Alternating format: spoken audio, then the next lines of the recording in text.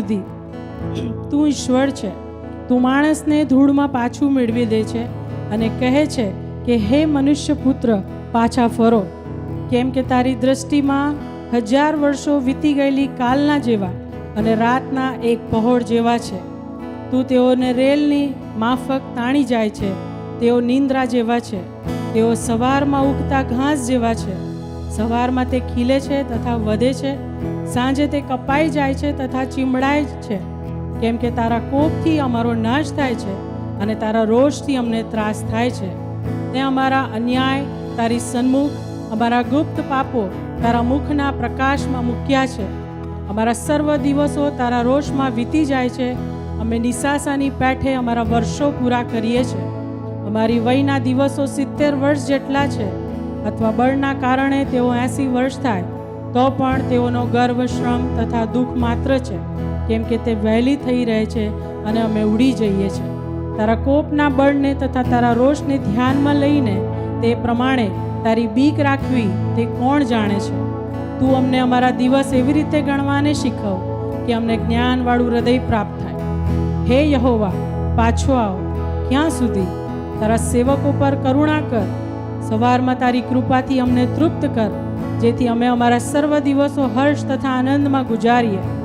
જે દિવસોમાં તે અમને દુઃખી કર્યા છે અને જે વર્ષોમાં અમે પીડા ભોગવી છે, તે પ્રમાણે અમને આનંદ પમાડ. તારા સેવકોને તારા કૃત્યો અને તેઓના દીકરાઓ પર તારો મહિમા દેખાવ. અમારા પર અમારા દેવ યહોવાની કૃપા થાવ અને તું અમારા હાથના કામ અમારે સારું સ્થાપન કર. હા, અમારા હાથના કામ તું સ્થાપન કર. આમેન. તો પ્રભુનો ધન્યવાદ કરીએ આ ઉત્તમ વચનોના માટે. આવો આપણે આપણા મસ્તકોને પ્રભુની આગળ નમાવીએ અને પ્રાર્થના કરીએ કે અને એમનું સ્વાગત કરીએ કે આ સભામાં તે આવે ને આપણને બ્લેસ કરે. હાલેલુયા. ધન્યવાદ, ધન્યવાદ, ધન્યવાદ. જીવતા અને કૃપાળુ, અતિ કૃપાળુ પરમેશ્વર, તમારો ધન્યવાદ કરીએ છીએ પિતા, આ ઉત્તમ સમયના માટે, આ સ્થાનના માટે પ્રભુ, કે તમે ફરીથી પ્રભુ અમને તક આપી છે પ્રભુ. ફરીથી પ્રભુજી તમે અમને આ સ્થાને દોરીને લાયા કે પ્રભુ અમે તમારો ધન્યવાદ કરી શકીએ, તમારા ગીતોને ગાઈ શકીએ, વચનોને વાંચી શકીએ અને પ્રભુ એની પર મનન કરી શકીએ. અને જ્યારે પ્રભુ અમે આજે ભેગા મળ્યા છે પ્રભુ, તમારું વચન કહે છે કે ભેગા મળવાનું પડતું ના મૂકો. ત્યારે પિતા એ વચનને વાંચીને પ્રભુ એને સમજીને પ્રભુ આજે ફરીને એકવાર પ્રભુ તમે એ સમય આપ્યો, ઈચ્છા આપીને પ્રભુ અમે જ્યારે ભેગા થયા છે, આજનું અમારું ભેગા મળવું અમારી માટે આશીષનું કારણ બને પ્રભુ. અને પિતા અમે તમારું વેલકમ કરીએ છીએ કે તમે આ સભામાં આવો ને અમે દરેક આજે આશીર્વાદિત થઈએ, તમારા વચનોને લઈને ઘરે જઈ શકીએ અને પ્રભુ એની પર સ્થિર ઊભા રહી શકીએ પ્રભુ, એવી પ્રાર્થના કરીએ છીએ. હવે પછીનું અમારું ગીતો ગાવું, આરાધના કરવું, બાઇબલ વાંચવું અને એની પર મનન કરવું પ્રભુ, અને જે કંઈ પણ આગળનો બીજું જે કંઈ પણ પ્રભુ ગીતો ગાવાનું ને સાક્ષીનો કે જે બી સમય હોય એ દરેકમાં દેવ તમને મહિમા આપી શકીએ એવી પ્રાર્થના અમારા ઉદ્ધારક પ્રભુ ઈસુ ખ્રિસ્તના નામથી કરીએ છીએ. માટે તમે તેને સાંભળજો અને સ્વીકારજો બાબા. Amen, amen. આવો આપણે આપણા સ્થાનો પર ઊભા થઈ જઈએ અને જે વચન આપણે વાંચ્યું એ જ વચનને લગતું જે ગીત છે, પેઢી દર પેઢી હે પ્રભુ તું છે આશ્રય અમારો રે, આપણે એ ગીતને ગઈએ અને દેવને મહિમા કરીએ. પેઢી દર પેઢી હે પ્રભુ તું છે આશ્રય અમારો રે, પેઢી દર પેઢી હે પ્રભુ તું છે આશ્રય અમારો રે. અમારા ન્યાયોને તે તારી સન્મુખે મૂક્યા છે.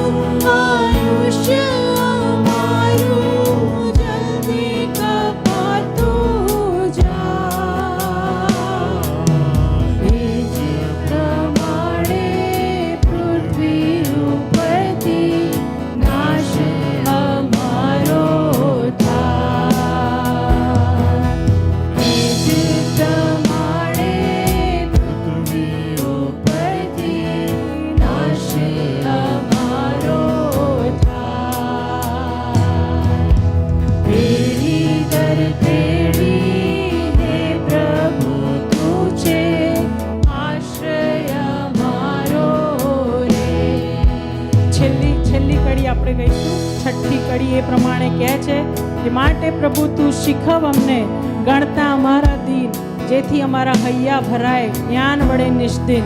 પ્રભુ જે જ્ઞાનનો કરતા છે, બુદ્ધિનો આપનારો છે.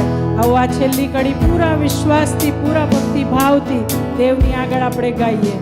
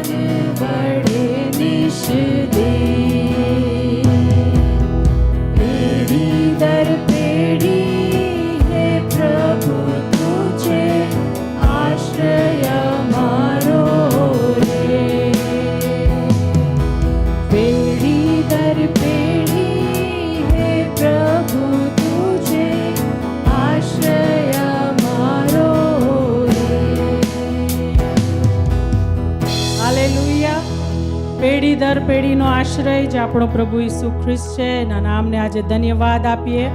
એક બીજું ગીત ગાવાના છે અને એના શબ્દો છે, પ્રભુજી તમને જય જયકાર, તમે સૃષ્ટિના સર્જનહાર, સકલ જીવોના પાલનહાર. હવે આપણે આ ગીત ગાઈએ અને પ્રભુનો મહિમા કરીએ. પ્રભુજી તમને જય જયકાર, તમે સૃષ્ટિના સર્જનહાર, સકલ જીવોના પાલનહાર. પ્રભુજી તમને જય જયકાર. તમારો મન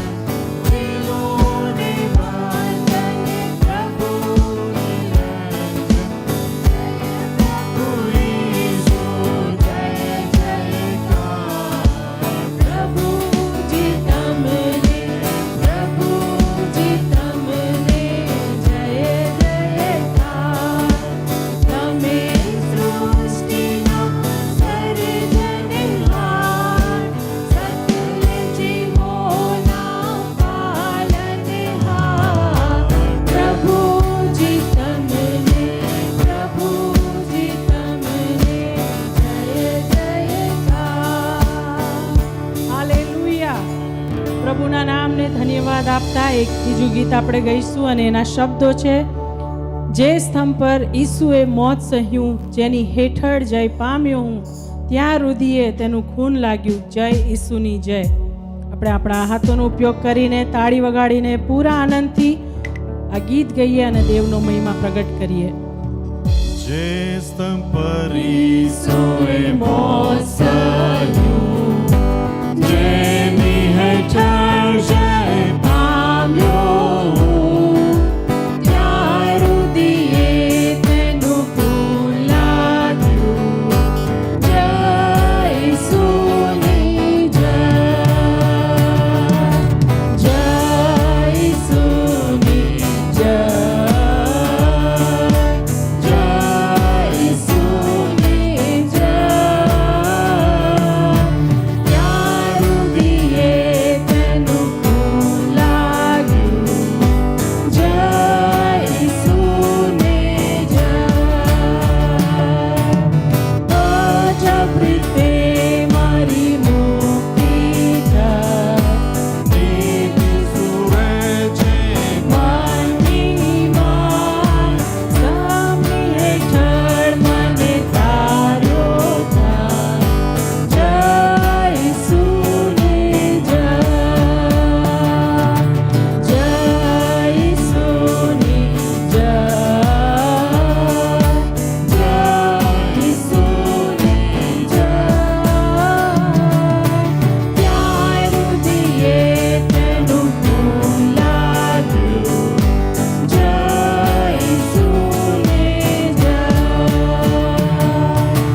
કેટલો પ્રિય છે તે જરો, એવો આનંદ કેવું માય પડ્યો, ત્યાં પાપનો ડાઘ ઈસુએ કાઢ્યો, જય ઈસુની જય, જય ઈસુની જય, જય ઈસુની જય.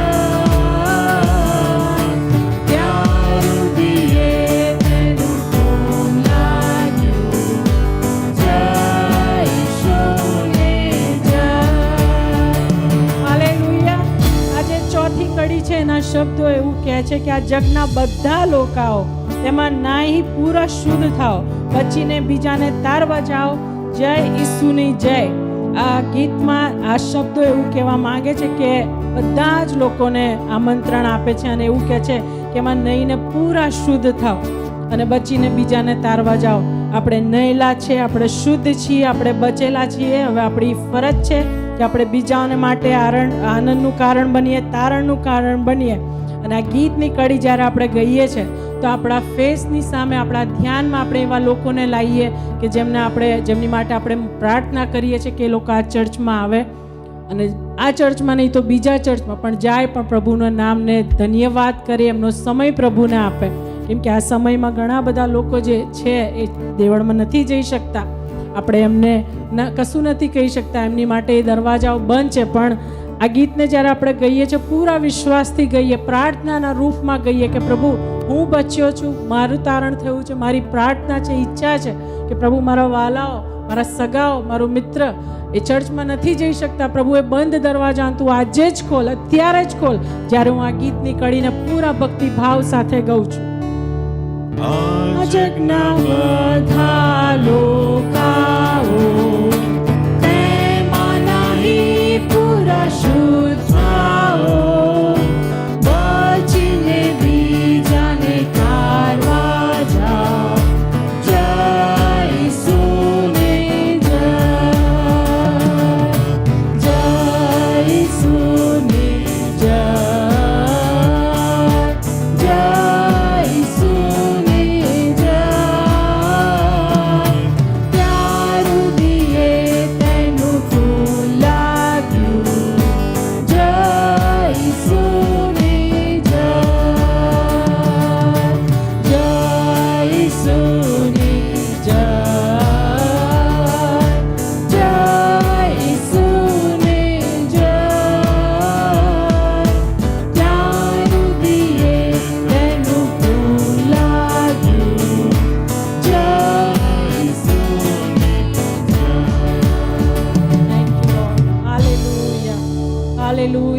આપણે આપણી આંખોને બંધ કરીને ફરીથી એ બાબતોને સ્મરણ કરીએ.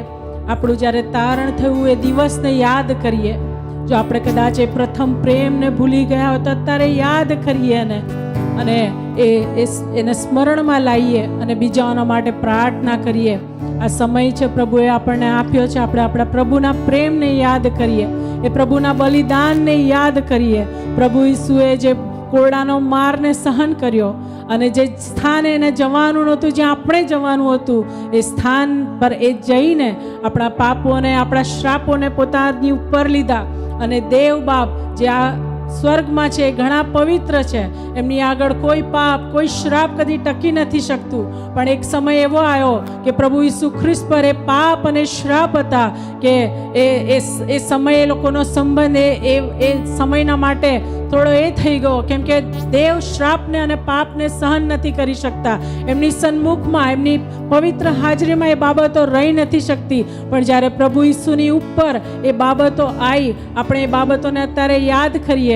જે બાબતો પ્રભુની ઉપર આવી, આપણી એ બાબતો, આપણા એ શ્રાપો, આપણા એ પાપો દેવની ઉપર, પ્રભુ ઈસુ ખ્રિસ્તની ઉપર આવ્યા. આપણે અત્યારે પ્રાર્થનામાં એને યાદ કરીએ અને પ્રભુ ઈસુનો મનમાં ધન્યવાદ કરીએ કે પ્રભુ તારો ધન્યવાદ, ઈસુ તારો ધન્યવાદ. તે શરમ તારી ઉપર જે થૂકવામાં આવ્યું, તને જે મુક્કીઓ મારવામાં આવી, તને જે થપ્પડો મારવામાં આવ્યા, તને જે કાંટાનો મુંગટ પહેરાવી દેવામાં આવ્યો, કે એમાં મારું તારણ સંતાયેલું હતું, એમાં મારા પાપોની ક્ષમા સંતાયેલી હતી. ત્યારે દેવ આજની સાંજની પળોમાં હું આ બાબતોને યાદ કરું છું ને તારો ધન્યવાદ કરું છું. પ્રભુ હું ધન્યવાદ એના માટે પણ કરું છું કે મારા જે બીજા લોકો છે પ્રભુ, જે લોકો હજુ પણ તને નથી ઓળખતા, તારા પ્રેમનો અનુભવ નથી કર્યો પ્રભુ, જે અનુભવમાંથી તું મને લઈ ગયો પ્રભુ, એ જ અનુભવમાંથી પ્રભુ આજે મારા લોકો પણ જાય, મારા મિત્રો જાય, મારા સગા જાય, મારા વાલાઓ જાય. અને દેવ દરેક લોકો તારામાં તારણ પામે અને તારણનો અનુભવ કરીને આ જીવન જે તે જીવવાને આપ્યું છે પ્રભુ, એને બહુ સ્મૂથલી પ્રભુ, બહુ આરામથી, બહુ આનંદથી, પૂરા ભક્તિ ભાવથી પ્રભુ એ જીવનને જીવવાને માટે તું અનુગ્રહ કર પ્રભુ. તું મારા લોકો પર કૃપા દેખાડ મારા પરમેશ્વર. અને પ્રભુ અમે દરેક પડીને તારી આભાર સ્તુતિ કરતા રહીએ, તારા નામને ઊંચું ઉઠાવતા રહીએ. પ્રભુના નામને મહિમા થાવ. પ્રભુ ઈસુ ખ્રિસ્તના નામમાં આ પ્રાર્થનાને કરીએ છીએ. દેવ અમારી દરેક આરાધનાને, અમારી દરેક સ્તુતિના અર્પણને તમે આજે સાંજે માન્ય કરો. પ્રભુ ઈસુના નામમાં પ્રાર્થના કરીએ છીએ દેવ. આમેન. બધા પોતાના સ્થાને બેસી શકો છો.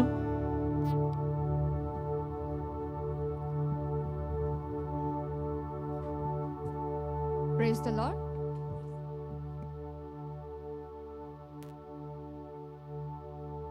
આજની જાહેરાત આ પ્રમાણે છે. દર શનિવારે ગુજરાતી સંગત સાંજે 5 કલાકે અહીંયા સ્થળે મળે છે, તો આપણે દર શનિવારે આવીએ. આજે રાતે 9 કલાકે કુટુંબિક પ્રાર્થના છે, તો આપ સર્વને વિનંતી કરીએ છીએ કે બધા કુટુંબિક પ્રાર્થનામાં રાતે 9 કલાકે બેસતો. આવતીકાલની ભક્તિ સભા સવારે 11 કલાકે આ સ્થળે મળશે. અને એક સ્પેશિયલ મિટિંગ આવી રહી છે. પાસ્ટર પ્રોફેટ એ આનંદ, એ ગયા વર્ષે બી આવી હતી અને ખરેખર એ બહુ જ બ્લેસ્ડ મિટિંગ છે. તો હું આપ સર્વને વિનંતી કરું છું કે સર્વ આવો.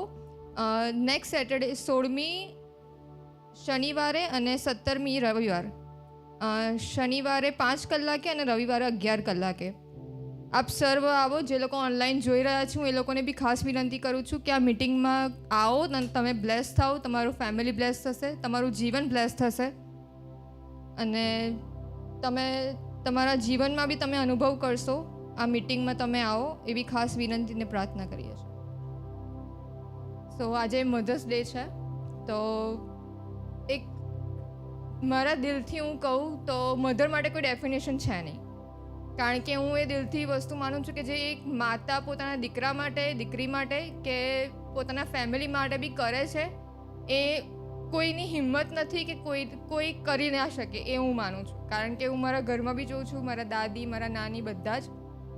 અને ખરેખર એમ કહેવાય તો આપણું જીવન બ્લેસ છે કે આપણા જીવનમાં મા તરીકે પ્રભુએ આપણને મા મોકલી છે.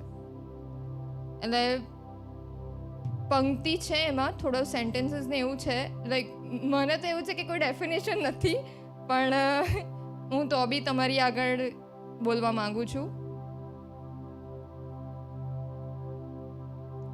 તારી રે કૃપાએ પ્રભુએ મને તો મળી રે મારી માં, ચાલતા શીખવે માં, જીવતા શીખવે માં, કપડી ઘડી સામે લડતા શીખવે તે છે માં, પડો રે જીવનમાં જ્યાં ધીમા વધતા શીખવે જ તે છે માં, નાનાઓને પ્રેમ રે આપતા શીખવે માં, મોટાઓને પ્રેમ રે પામતા શીખવે માં, કરવા ઈશ્વર કેરા મહિમા શીખવે મને રે મારી માં, હસું તો હસે રડું તો રડે માં, લાગણીનો દરિયો તારામાં વહે માં, વહેણ ભલે ને હોય સામા તરતા શીખવે તે છે માં. Happy mother's day to each and every one. જે લોકો ઓનલાઈન જોઈ રહ્યા છે એમને બી તમને બધાને હું હેપી મધર્સ ડે કહેવા માગું છું કે આ મેરિડ હોય કે અનમેરિડ હોય, પણ જે અનમેરિડ હોય છે એ લોકો બી એમના પોતાના ભાઈ બહેનોને બી એ પોતાના છોકરા જ સમજે છે, બરાબર. કારણ કે એવું જરૂરી નથી હોતું કે તમે તમારા પોતાના છોકરા હોય એ જ તમે એઝ અ મધર તરીકે તમે ગણાવો. બટ અત્યારે હું એકલી છું, પણ મારા બી ભાઈ બહેનો છે અને લાઈક મારાથી જે બી નાના છું એ લોકોને મારા છોકરાઓ જ ગણું છું. સો જેટલી બી લેડીઝ છે બધાને હું હેપી મધર્સ ડે કહેવા માગું છું, અને પ્રભુ તમને બહુ આશીર્વાદિત કરે, પ્રભુ તમારા જીવનમાં અજાયબ કાર્યો કરે, બસ એ જ મારી પ્રાર્થના છે. હું આ સમયે બધી મધર્સને વિનંતી કરીશ કે એ લોકો ઊભા થશે અને આગળ આવશે, અને ઉષા આંટી એમ સ્પેશિયલ સોંગ એમની માટે ગાશે. અને એ દરમિયાન બાળકો ઓલિવિયા આવીને એમને ગિફ્ટ આપશે.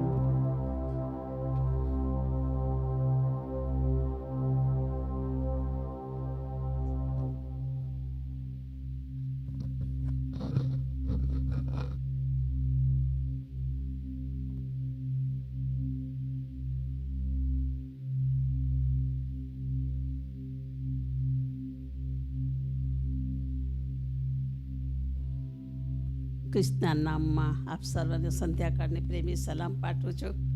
મધર ડે નિમિત્તે આપ સર્વને હેપી મધર્સ ડે પાઠવું છું. અને મધર્સ ડેનું ગીત છે ને હું ગાઉં ને તમે શાંતિથી સાંભળશો.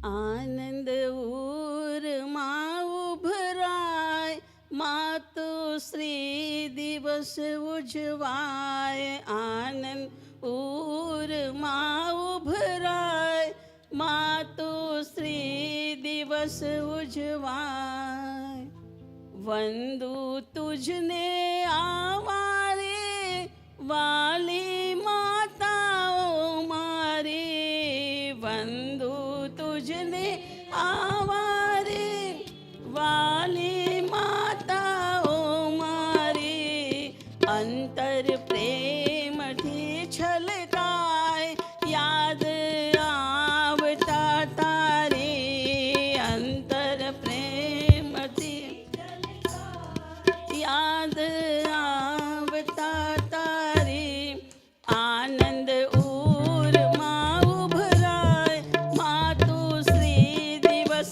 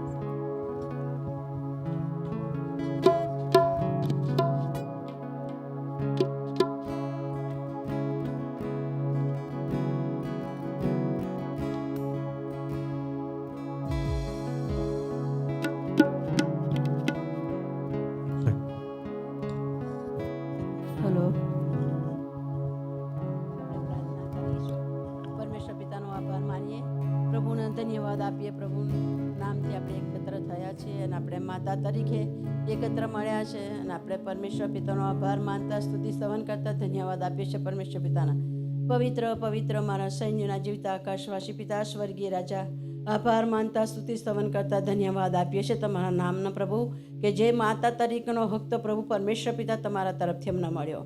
કારણ કે પ્રભુ તમે પહેલાં હવાને ઉત્પન્ન કરી, ત્યાર પછી પ્રભુ તમે મૂસાની મા પ્રભુ યોખેબેદને પ્રભુ તમે માતા તરીકે પ્રભુ 3 મહિના સુધી પ્રભુ મૂસાને સાચવવા માટે તમારી કૃપા આપી. પ્રભુ અમે તમારો કેટલો બધો આભાર માનીએ છીએ. એના દ્વારા અમે ઇઝરાયેલનો ઉદ્ધાર કર્યો પ્રભુ.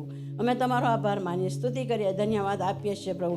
ત્યાંના પછી પ્રભુ તમે હાનાને પસંદ કરી. ઓ પરમેશ્વર પિતા તમે સારાને પસંદ કરી પ્રભુ. એનું ગર્ભસ્થાન તો મરેલું હતું, તો છતાંય પ્રભુ તમારું વચન હતું પ્રભુ, ઇબ્રાહીમની સાથે તમારો કરાર હતો અને એ પ્રમાણે પ્રભુ તમે સારાનું ઉદર ખોલી કાઢીને પ્રભુ તમે દીકરો આપ્યો. ઓ પરમેશ્વર પિતા અમે તમારો કેટલો બધો આભાર માનીએ, તમારી સ્તુતિ કરીએ, ધન્યવાદ આપીએ છીએ પ્રભુ. તમે હાનાની પ્રાર્થના સાંભળી અને પ્રભુ એની પાસે બાળકો નહોતો ત્યારે તમારી આગળ કરગળી પરમેશ્વર પિતા, અને પોતાનું જીવન તારી આગળ ઠાલી દીધું પરમેશ્વર પિતા. અને પ્રભુ એની પ્રાર્થનાનો અંગીકાર કરીને પ્રભુ એના સુલેમાન આપ્યો. ઓ પ્રભુ તમે સમુએલ આપ્યો. અમે તમારો કેટલો બધો આભાર માનીએ છીએ અને એના રાજા ઠરાવ્યો પ્રભુ. ઇઝરાયેલની ઉપર પ્રભુ તમે એના પ્રભુ રાજા તરીકેનો હક આપી દીધો. ઓ પરમેશ્વર પિતા, અને એને તમારું ડાપણ જ્ઞાન પૂરું પાડ્યું પરમેશ્વર પિતા. અમે તમારો આભાર માનીએ છીએ અને તમારી સ્તુતિ કરીએ છીએ અને ધન્યવાદ આપીએ છીએ. આજે માતા તરીનો હક પ્રભુ અમારા વાલા પ્રભુ ઈસુ ખ્રિસ્તની મા તરીકે મરિયામની મારફત એમને મળ્યો છે.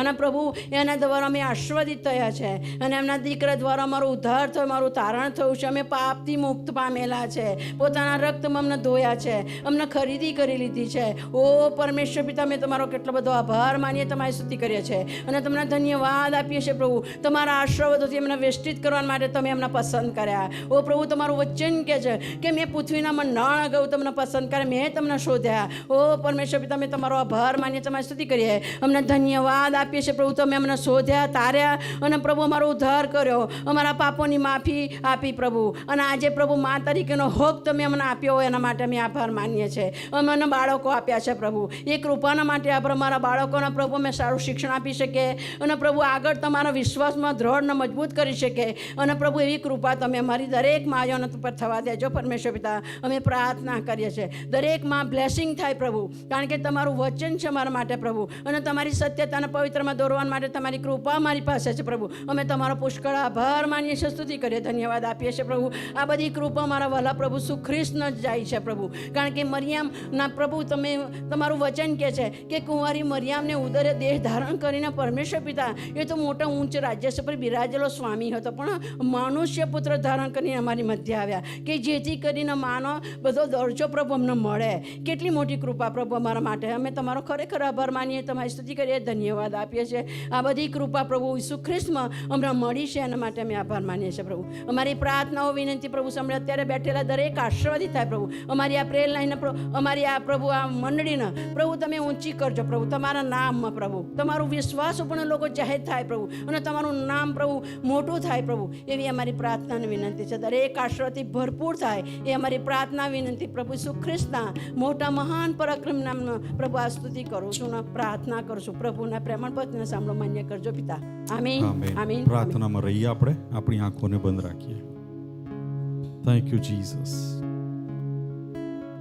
દરેક માને માટે આપણે પ્રભુનો આભાર માનીએ. આજે આપણી માની પ્રાર્થનાઓ છે કે હું ને તમે આ જગ્યામાં ઊભા છે, એમની આંસુ સહિતની પ્રાર્થના છે, અને એટલા માટે હું ને તમે આશીર્વાદિત છીએ. પ્રભુએ આપણને પેઢીઓનો આશીર્વાદ આપ્યો છે, અને એ પેઢીઓમાં હું ને તમે આવીએ છે માટે આપણે જીવતા ઈશ્વરનો આભાર માનીએ અને પ્રભુની સ્તુતિ કરીએ, કારણ કે દેવ એ તો વિશ્વાસ યોગ્ય પરમેશ્વર છે. Thank you Jesus. સર્વશક્તિમાન પ્રભુ, અમે તમારી આગળ નમી જઈએ છીએ. અમારા કરેલા તમામ પાપ ગુના અપરાધોની ક્ષમા અને માફીને માંગીએ છીએ પ્રભુ. અમે આભાર માનીએ છીએ દરેક માના માટે પ્રભુ, જેમના બાળકો હજી પૃથ્વી પર છે પ્રભુ, એવી દરેક માને માટે અમે તમારો ધન્યવાદ કરીએ છીએ પ્રભુ. જેમના બાળકો આ પૃથ્વી ઉપર નથી એવી માને પણ પ્રભુ અમે યાદ કરીએ છીએ. સર્વશક્તિમાન પ્રભુ, અમે એવી દરેક માને યાદ કરીએ છીએ પ્રભુ કે જેમના લગ્ન થયા છે પણ એમની પાસે હજી સંતાન નથી પ્રભુ. અમે પ્રાર્થના કરીએ છીએ ઈસુના નામમાં પ્રભુ આજે એમની કૂખ ઉઘડી જાઓ. In the mighty name of Yeshua અમારી પ્રાર્થના છે પ્રભુ. તમારી માટે કોઈ બાબત અશક્ય નથી પ્રભુ. તમે સર્વશક્તિમાન પ્રભુ છો. પિતા પરમેશ્વર, તમે એવી દરેક માં ઉપર કૃપા કરો પરમેશ્વર, અને તેઓને ઘણા બધા બાળકો થાય પ્રભુ, અને એ બાળકો તમારો મહિમા કરે પ્રભુ, એવી વિનંતી અને પ્રાર્થના કરીએ છીએ. જીવતા પ્રભુ અમે પ્રાર્થના કરીએ છીએ એવી દરેક માને માટે પ્રભુ જે પોતાના બાળકોને માટે આંસુ સાર્યા કરે છે. અમે પ્રાર્થના કરીએ છીએ પ્રભુ એ દરેક માને માટે જે પોતાના બાળકોને લઈને રડ્યા કરે છે, ચિંતામાં છે, સતત પ્રભુ તેઓ પોતાની વિનંતીઓ પોતાના બાળકોને માટે તમારી આગળ લાવે છે. અમે બધા જ આજે મંડળી એક મનના થઈને પ્રાર્થના કરીએ છીએ પ્રભુ.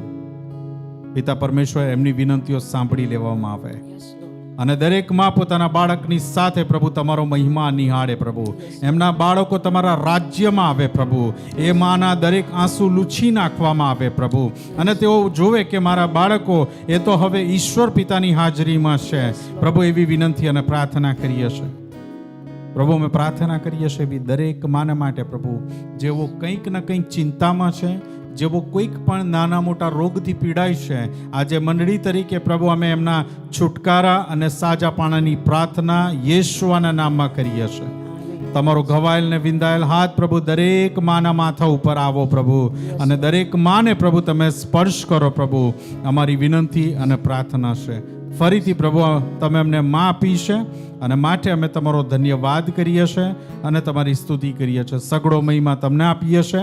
પ્રાર્થના પ્રભુ ઈસુના નામમાં માંગીએ છીએ. આમેન. Thank you. આપણે બેસી જઈએ.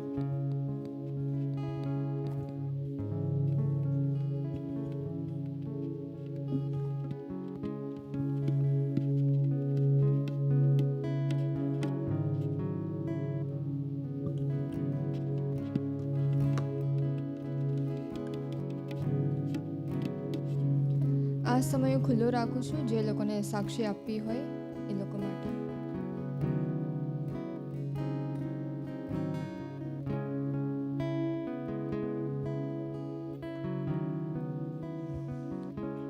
Praise the lord. પ્રભુના નામને ધન્યવાદ. આ માતૃશ્રી દિન નિમિત્તે આપણે બધા ભેગા થઈ શક્યા છે.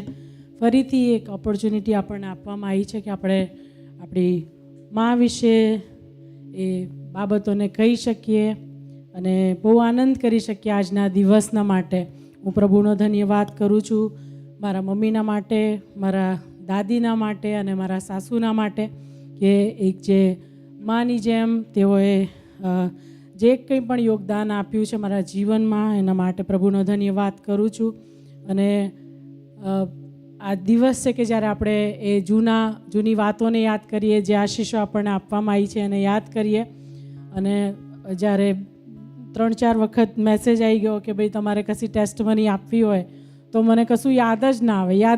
અને પછી અહીંયા આયા બધું કામ કર્યું, પછી જેમ જેમ આ લોકો બધી એમની વાતો કરતા જાય એમ પછી મને યાદ આવ્યો કે આ વસ્તુ છે, હું બોલીશ એમ. અને મને એક વાત યાદ આવી કે જ્યારે હું બીમાર હતી, હોસ્પિટલમાં એડમિટ હતી ઇન્ડિયામાં, અને એ સમય કસ્ટમર અઠવાડિયાનો સમય હતો. આ ટેસ્ટમની કદાચ મેં બહેનોની મિટિંગમાં શેર કરી છે. મારા મમ્મીને કસ્ટમર અઠવાડિયું એટલે એક કસ્ટમર અઠવાડિયું, એનું નામ કસ્ટમર અઠવાડિયું, પણ મારા મમ્મી માટે બહુ જ આનંદનું અઠવાડિયું, કે આખું વીક ચર્ચમાં જવાનું, ગીતો ગાવાના, વચનો સાંભળવાના. અને એ જ સમયે હું હોસ્પિટલમાં એડમિટ, મને બોટલ્સ ચડે અને અમારી કોઈ એવી કન્ડિશન નહીં કે અમે જઈ શકીએ. પણ જેમ જેમ એ દિવસો નજીક આવ્યા, 1 કે 2 દિવસો રહ્યા, મને થોડું સારું થતું ગયું, મને વોમિટિંગ બંધ થઈ, અને પછી ધીરે ધીરે મને થોડું ખાવાનું આપવામાં શરૂ થયું. અને મમ્મીનું ધ્યાન તો મિટિંગમાં કે મને જવા મળશે કે નહીં, અને મને ગળે સુધી ખાતરી કે નહીં જ જવા મળે, કેમ કે હું અહીંયા છું તો કેવી રીતે મને મૂકીને જાય, કેમ કે એ મને એકલી મૂકીને જવા માંગતા નહોતા. અને પછી એ ગયા નર્સ પાસે. નર્સને કહે છે કે હું ખ્રિસ્તી છું ને મને આવી રીતે મિટિંગમાં જવું છે, શું હું જઈ શકું છું? તો નર્સે કદાચ કીધું કે હા તમે જઈ શકો છો, પણ એમનો પ્લાન શું હતો? આયરીનને લઈને જવાનો. અને પછી હમણાં નર્સને એક્સપ્લેન કર્યું વધારે કે મારી દીકરીને લઈને જવું છે. તો એ નર્સ થોડી એ થઈ ગઈ કે મારી જોબ પ્રોબ્લેમમાં મુકાઈ જાય, રાઈટ? હું તમને અલાઉ કરું તો.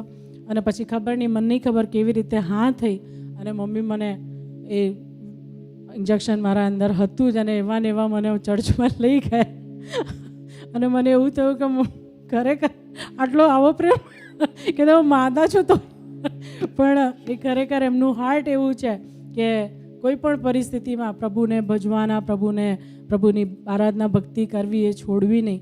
અને જેમ અમુક માઓ એવું કહે છે કે હું તો પ્રાર્થના કરું છું મારા બાળકો પ્રભુમાં વધે, પણ હું આજે બોલ્ડલી અહીંયા ઊભી રહીને કહી શકું છું કે મારી માએ એકલી પ્રાર્થના નથી કરી, એક્ટ કરીને બતાવ્યું છે. અને એમને જોઈને અમે ઘણું બધું શીખ્યા છે કે કોઈ પણ પરિસ્થિતિ હોય પણ દેવને કદી પણ ભૂલવા નહીં કે બાજુ પર મૂકવા નહીં. અને આ સમયે હું મમ્મીનો આભાર માનું છું, પ્રભુનો આભાર માનું છું કે આટલી ઉંમર સુધી પ્રભુએ સાચું સંભાળ્યું અને એક મારૂપી પ્રેમ આપ્યો અને માને જીવનમાં આપીને માએ દરેક રીતે શારીરિક અને આત્મિક બંને કેળવણી પૂરી પાડી. એના માટે પ્રભુનો અને માનો આ સમય આભાર માનું છું. Thank you. બીજું કોઈ? ઓકે, તો હું સાક્ષી આપવા માંગુ છું.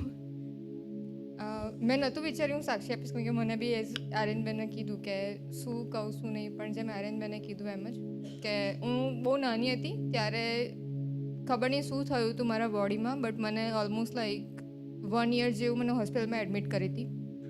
અને ડૉક્ટરે પછી એમ કીધેલું કે 6 to 7 મંથ સુધી મારે નોનવેજ નહીં ખાવાનું, અને આપણે તો નોનવેજ વગર રહીએ નહીં. તો 6 to 7 મંથ સુધી મેં નોનવેજ નહોતું ખાધું. પણ સેમ મારી મમ્મીએ પણ, કે મારે 6 to 7 મંથ સુધી હું ખાલી બોઇલ્ડ વસ્તુ બધી ખાતી હતી, તો મારી મમ્મીએ બી મસાલા છોડી દીધા અને એણે બી બધું હું જે ખાઉં એ વસ્તુ જે ખાતી હતી. સો ખરેખર મારી જાતને બહુ લકી માનું છું કે પ્રભુએ મને આવી માં આપી છે. અત્યારે બી યુએસમાં આવી અને એણે ઇન્ડિયામાં જોબ નહીં કરેલી, પણ યુએસમાં આવીને બી આટલા 8 કલાક સુધી ઊભી રહીને જોબ કરવું એ નાની વસ્તુ નથી અત્યારે એઝ અ મધર તરીકેની.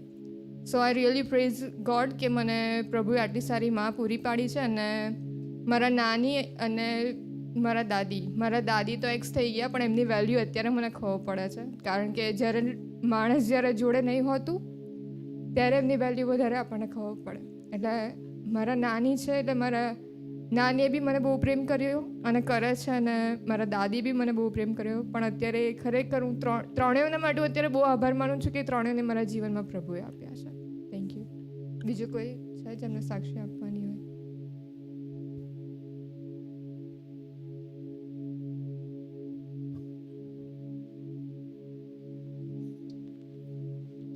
સારું, તો આપણે આગળ વધીએ. અને હું વિનંતી કરીશ બધી બહેનોને કે જે ગીત ગાવાના છે ઓફરિંગ માટેનું, એ આગળ આવશે ને આપણે ઓફરિંગ લઈશું.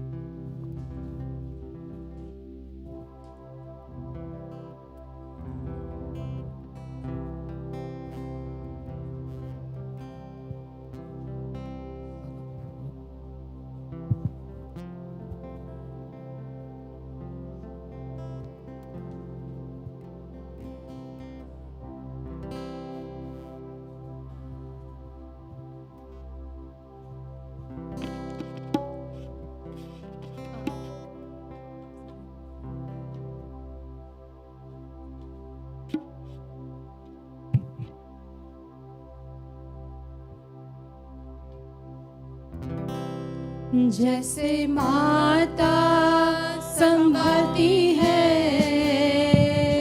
वैसे यीशु संभालेगा. जैसे माता संभालती है वैसे यीशु संभालेगा. सीने से लगाएगा चिंता सब हटाएगा. सीने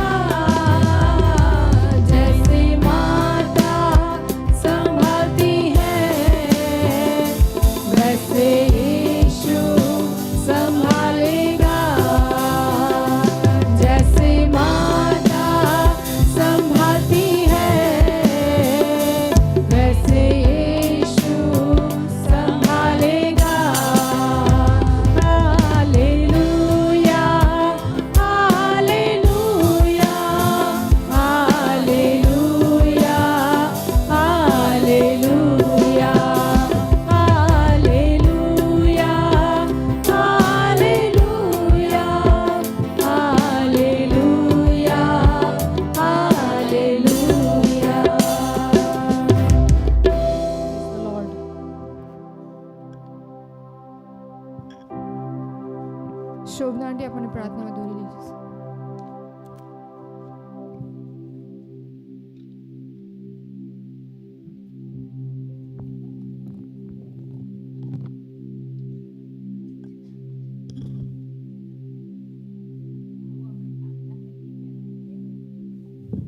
વાંચવા માંગુ છું તે સાંભળશો. બીજો કોરિન્થીયોનો પત્ર 9મો અધ્યાય 6 થી 9 કલમ. પણ આટલું તો ખરું જ છે, જે કૃપાણતાથી વાવે છે તે લણશે પણ કૃપાણતાથી, અને જે ઉદારતાથી વાવે છે તે લડશે પણ ઉદારતાથી.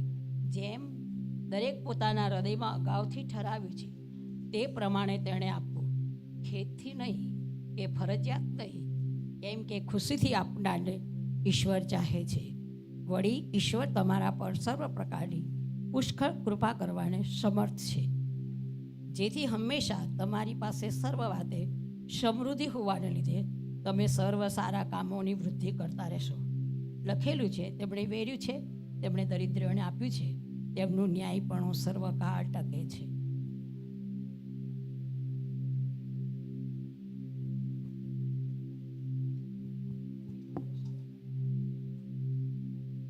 ચલો આપણે દાન ઉપર પ્રભુના આશીર્વાદ માંગીએ.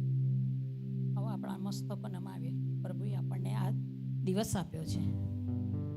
ઈશ્વર પિતા, તમારો આભાર માનું છું. તમે દયાળુ ને કૃપાળુ પરમેશ્વર છો પ્રભુ. તમે જીવતા પરમેશ્વર છો પિતાજી. પુષ્કળ તમારો આભાર માનીએ છે કે તમે અમારા પર કૃપા કરી છે, કેમ કે યહોવાની કૃપા તો સદાકાળની છે પ્રભુ.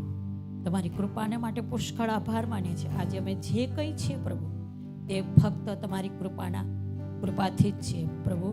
આ સવારથી અત્યાર સુધી તમે અમને સંભાળ્યા અને અહીંયા દોરી લાવ્યા, તે માટે પણ પ્રભુ તમારો આભાર માનીએ છીએ કે તમારા ભવનમાં આપવાને માટે પ્રભુ તમે અમને મન આપ્યું, અને પહેલેથી તૈયારી સાથે પ્રભુ અમે આવ્યા કે આજનું વચન જે અમારા માટે હોય, કે જે અમે સાંભળીએ અને અમારા જીવનમાં કામ કરે. કારણ કે પ્રભુ તમે જે વચનો આપ્યા છે અમને, તે વચનો તો જીવતા વચનો છે પ્રભુ. અને વચનો અમારા જીવનને ઉર્જા આપે છે, પ્રકાશ આપે છે, અમને ચંગાઈ આપે છે પ્રભુ. એ માટે પ્રભુ અમે તમારો આભાર માનીએ છીએ પ્રભુ કે તમે અમને જીવતા બાપ મળ્યા છો પ્રભુ. આખી દુનિયામાં ઘણા બધા પરમેશ્વર છે પિતા, તમારા જેવા પરમેશ્વર કોઈ નથી. ઓ પ્રભુ, ખરા હૃદયથી, ખરા દિલથી તમારી આભાર સ્તુતિ કરીએ છીએ પ્રભુ, આ સમયના માટે, આ તકના માટે પ્રભુ. અને અમને જે જીવન નિર્વાહ માટે તમે કંઈ આપ્યું છે પ્રભુ, તેના માટે પણ આભાર માનીએ છીએ પ્રભુ. તેમાંથી જે કંઈ જૂથ દરેક જણ લાવ્યા છે તેને પ્રભુ તમે આશીર્વાદિત કરજો. તમે અમને સંભાળો છો, સારી તંદુરસ્તી આપી છે અને સર્વને એકત્રિત કર્યા છે. અને અત્યારે પિતાજી, જે સેવિકા તમારા વચનો જે કંઈ અમને પીરશે તે પ્રભુ અમે સાંભળીએ પ્રભુ, અને ફક્ત સાંભળનારા નહીં પણ પ્રભુ તેના પર વિશ્વાસ કરીએ ખરા હૃદયથી, અને તે વચનને પ્રભુ અમારા જીવનમાં કામ કરવા દઈએ. તે માટે પ્રભુ તમે સહાય કરજો. આ ભવનને તમારા મહિમાથી ભરી દેજો પ્રભુ. તમારા જે લોકો આવ્યા છે એ લોકોને પણ ભરજો પ્રભુ તમારા પવિત્ર આત્માથી, અને એક મનના, એક ચિત્તના થઈને પ્રભુ તમારા વચનો સાંભળીએ કે જે અમારા જીવનમાં કામ કરે પ્રભુ.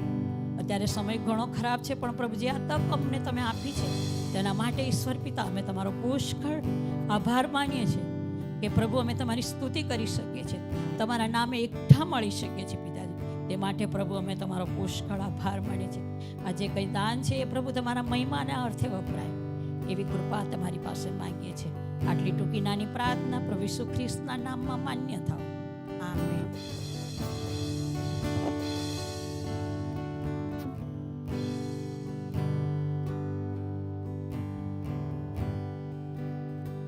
આ સમયે પ્રભુનું વચન સાંભળવાનો છે. આપણે પ્રાર્થના કરીએ કે પ્રભુ આપણી જોડે આજે વાતને વ્યવહાર કરે. પ્રભુએ જે વચન એમ તૈયાર કર્યું છે આપણી માટે, આપણા જીવનમાં ઉતારીએ આપણે. હું અત્યારે સિસ્ટર સોનલને વિનંતી કરીશ કે તે આવશે અને પ્રભુનું વચન આપણી આગળ લાવશે.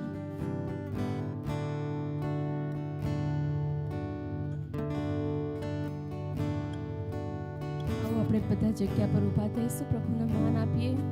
Thank you Jesus, thank you lord. આપણે हृदयों को हम तैयार करें प्रियो आज की शाम के लिए, आज के वचन के लिए। प्रभु का वचन जो दो धारी तलवार है, जो वचन ऐसा कहता है कि वचन जीवित है, प्रबल है, वो ऐसे ही नहीं आता है, लेकिन वो दो धारी तलवार है। हमारे हृदय को, हमारे गांठ गांठ और गुदे गुदे को अलग करता है प्रियो। आओ अपने हृदय को हम तैयार करें। थैंक यू जीसस, धन्यवाद हो राजा, थैंक यू लॉर्ड। प्रभु जी धन्यवाद, धन्यवाद और धन्यवाद देते पिता आज की शाम के लिए पिता परमेश्वर राजा। प्रभु जी आपकी पवित्र उपस्थिति के लिए पिता परमेश्वर। प्रभु जी पिता परमेश्वर आपके वचन के अनुसार प्रभु जी कि जहाँ 2 या 3 आपके नाम से जमा होते हैं, आप उनके मध्य में रहते हैं। प्रभु जी आप यहाँ पर हैं, इसके लिए आपको धन्यवाद देते हैं राजा। थैंक यू जीसस, धन्यवाद हो। प्यारे पवित्र आत्मा हमारे हृदयों का कब्जा आप लीजिए प्रभु जी इस समय में पिता। एक एक के हृदय को पिता परमेश्वर आप तैयार करिए पिता परमेश्वर। प्यारे प्रभु जी वचन जीवित है, ये आप है प्रभु जी। आज पिता परमेश्वर इस हृदय को पिता सबके हृदय में पिता परमेश्वर आप जाइए और प्रभु जी पिता परमेश्वर आप उनके साथ रहिए और पिता वास करिए पिता परमेश्वर राजा। धन्यवाद हो राजा, एक एक को आपके हाथों में सौंपती हूँ। थैंक यू जीसस, धन्यवाद हो राजा, थैंक यू जीसस, धन्यवाद हो पिता, thank you Lord, thank you Jesus, धन्यवाद, थैंक यू लॉर्ड, धन्यवाद राजा।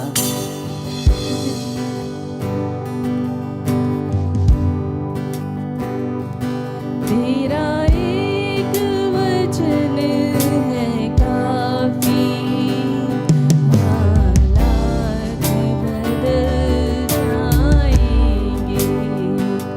तेरा एक वचन है काफी, तेरा एक वचन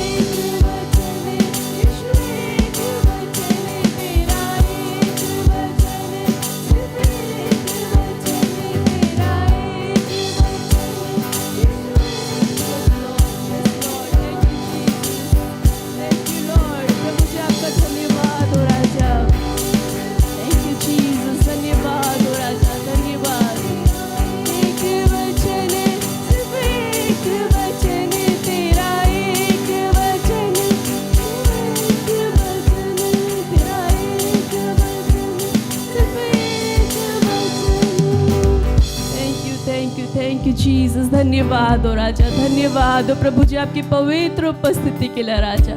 हम में से प्रत्येक को आपके हाथों में सौंपते पिता, इस वचन के द्वारा केवल आप महिमा पाए प्रभु जी पिता। आज हमारे हृदयों में भी बोया जाए पिता, और प्रभु जी फल लाने वाला बन सके पिता परमेश्वर। प्यारे पवित्र आत्मा हर एक के हृदयों को आपके हाथों में सौंपती हूँ प्रभु जी। इस उपस्थिति को पिता परमेश्वर हम सब के ऊपर बनाए रखिए राजा। धन्यवाद के साथ में प्रार्थना को प्यारे प्रभु यीशु मसीह के नाम में करती हूँ, आमीन आमीन। બધા બેસી શકીએ છીએ? Thank you lord, thank you Jesus.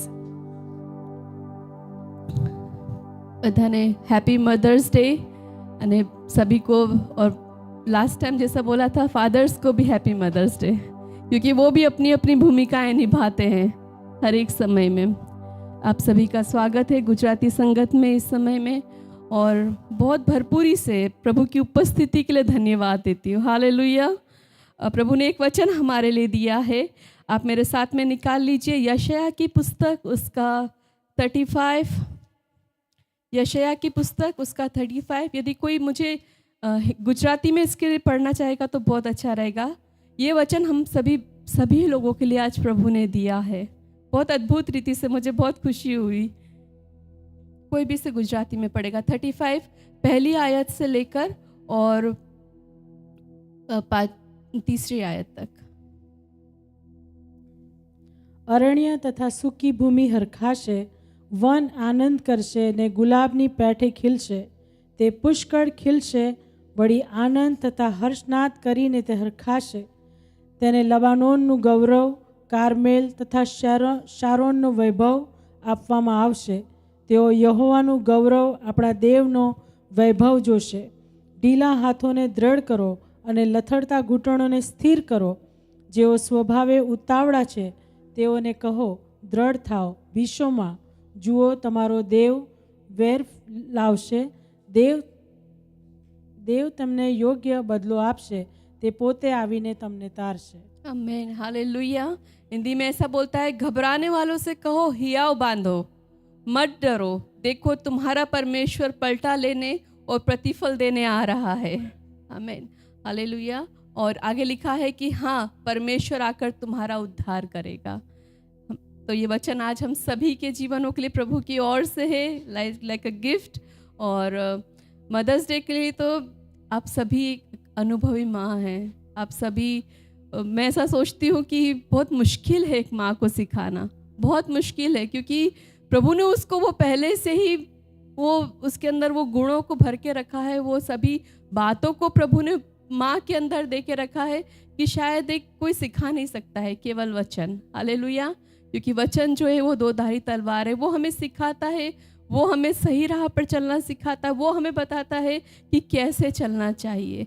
इसलिए सभी को happy mother's day, not women's day, happy mother's day, क्योंकि मदर्स डे और वुमेंस डे सब सेम ही हो जाता है, क्योंकि सभी में माँ का ही सम्मान होता है। हालेलुया। तो आप मेरे साथ में निकाल लीजिए नीति वचन और उसका 14वां अध्याय, नीति वचन उसका चैप्टर 14।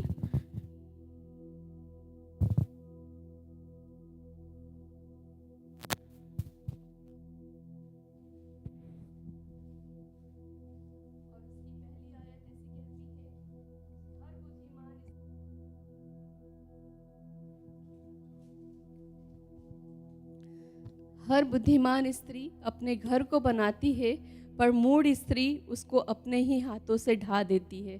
बहुत अद्भुत बात है ना। एक वचन ऐसा कहता है कि यदि परमेश्वर घर को ना बनाए तो उसका बनाने वाले का परिश्रम व्यर्थ है। लेकिन वचन यहाँ पर 14वीं और उसकी पहली आयत में ऐसा कह रहा है कि हर बुद्धिमान स्त्री अपने घर को बनाती है, पर मूढ़ स्त्री उसको अपने हाथों से ढा देती है। कोई इसी वचन को गुजराती में मेरे लिए पढ़ेगा क्या? गुजराती में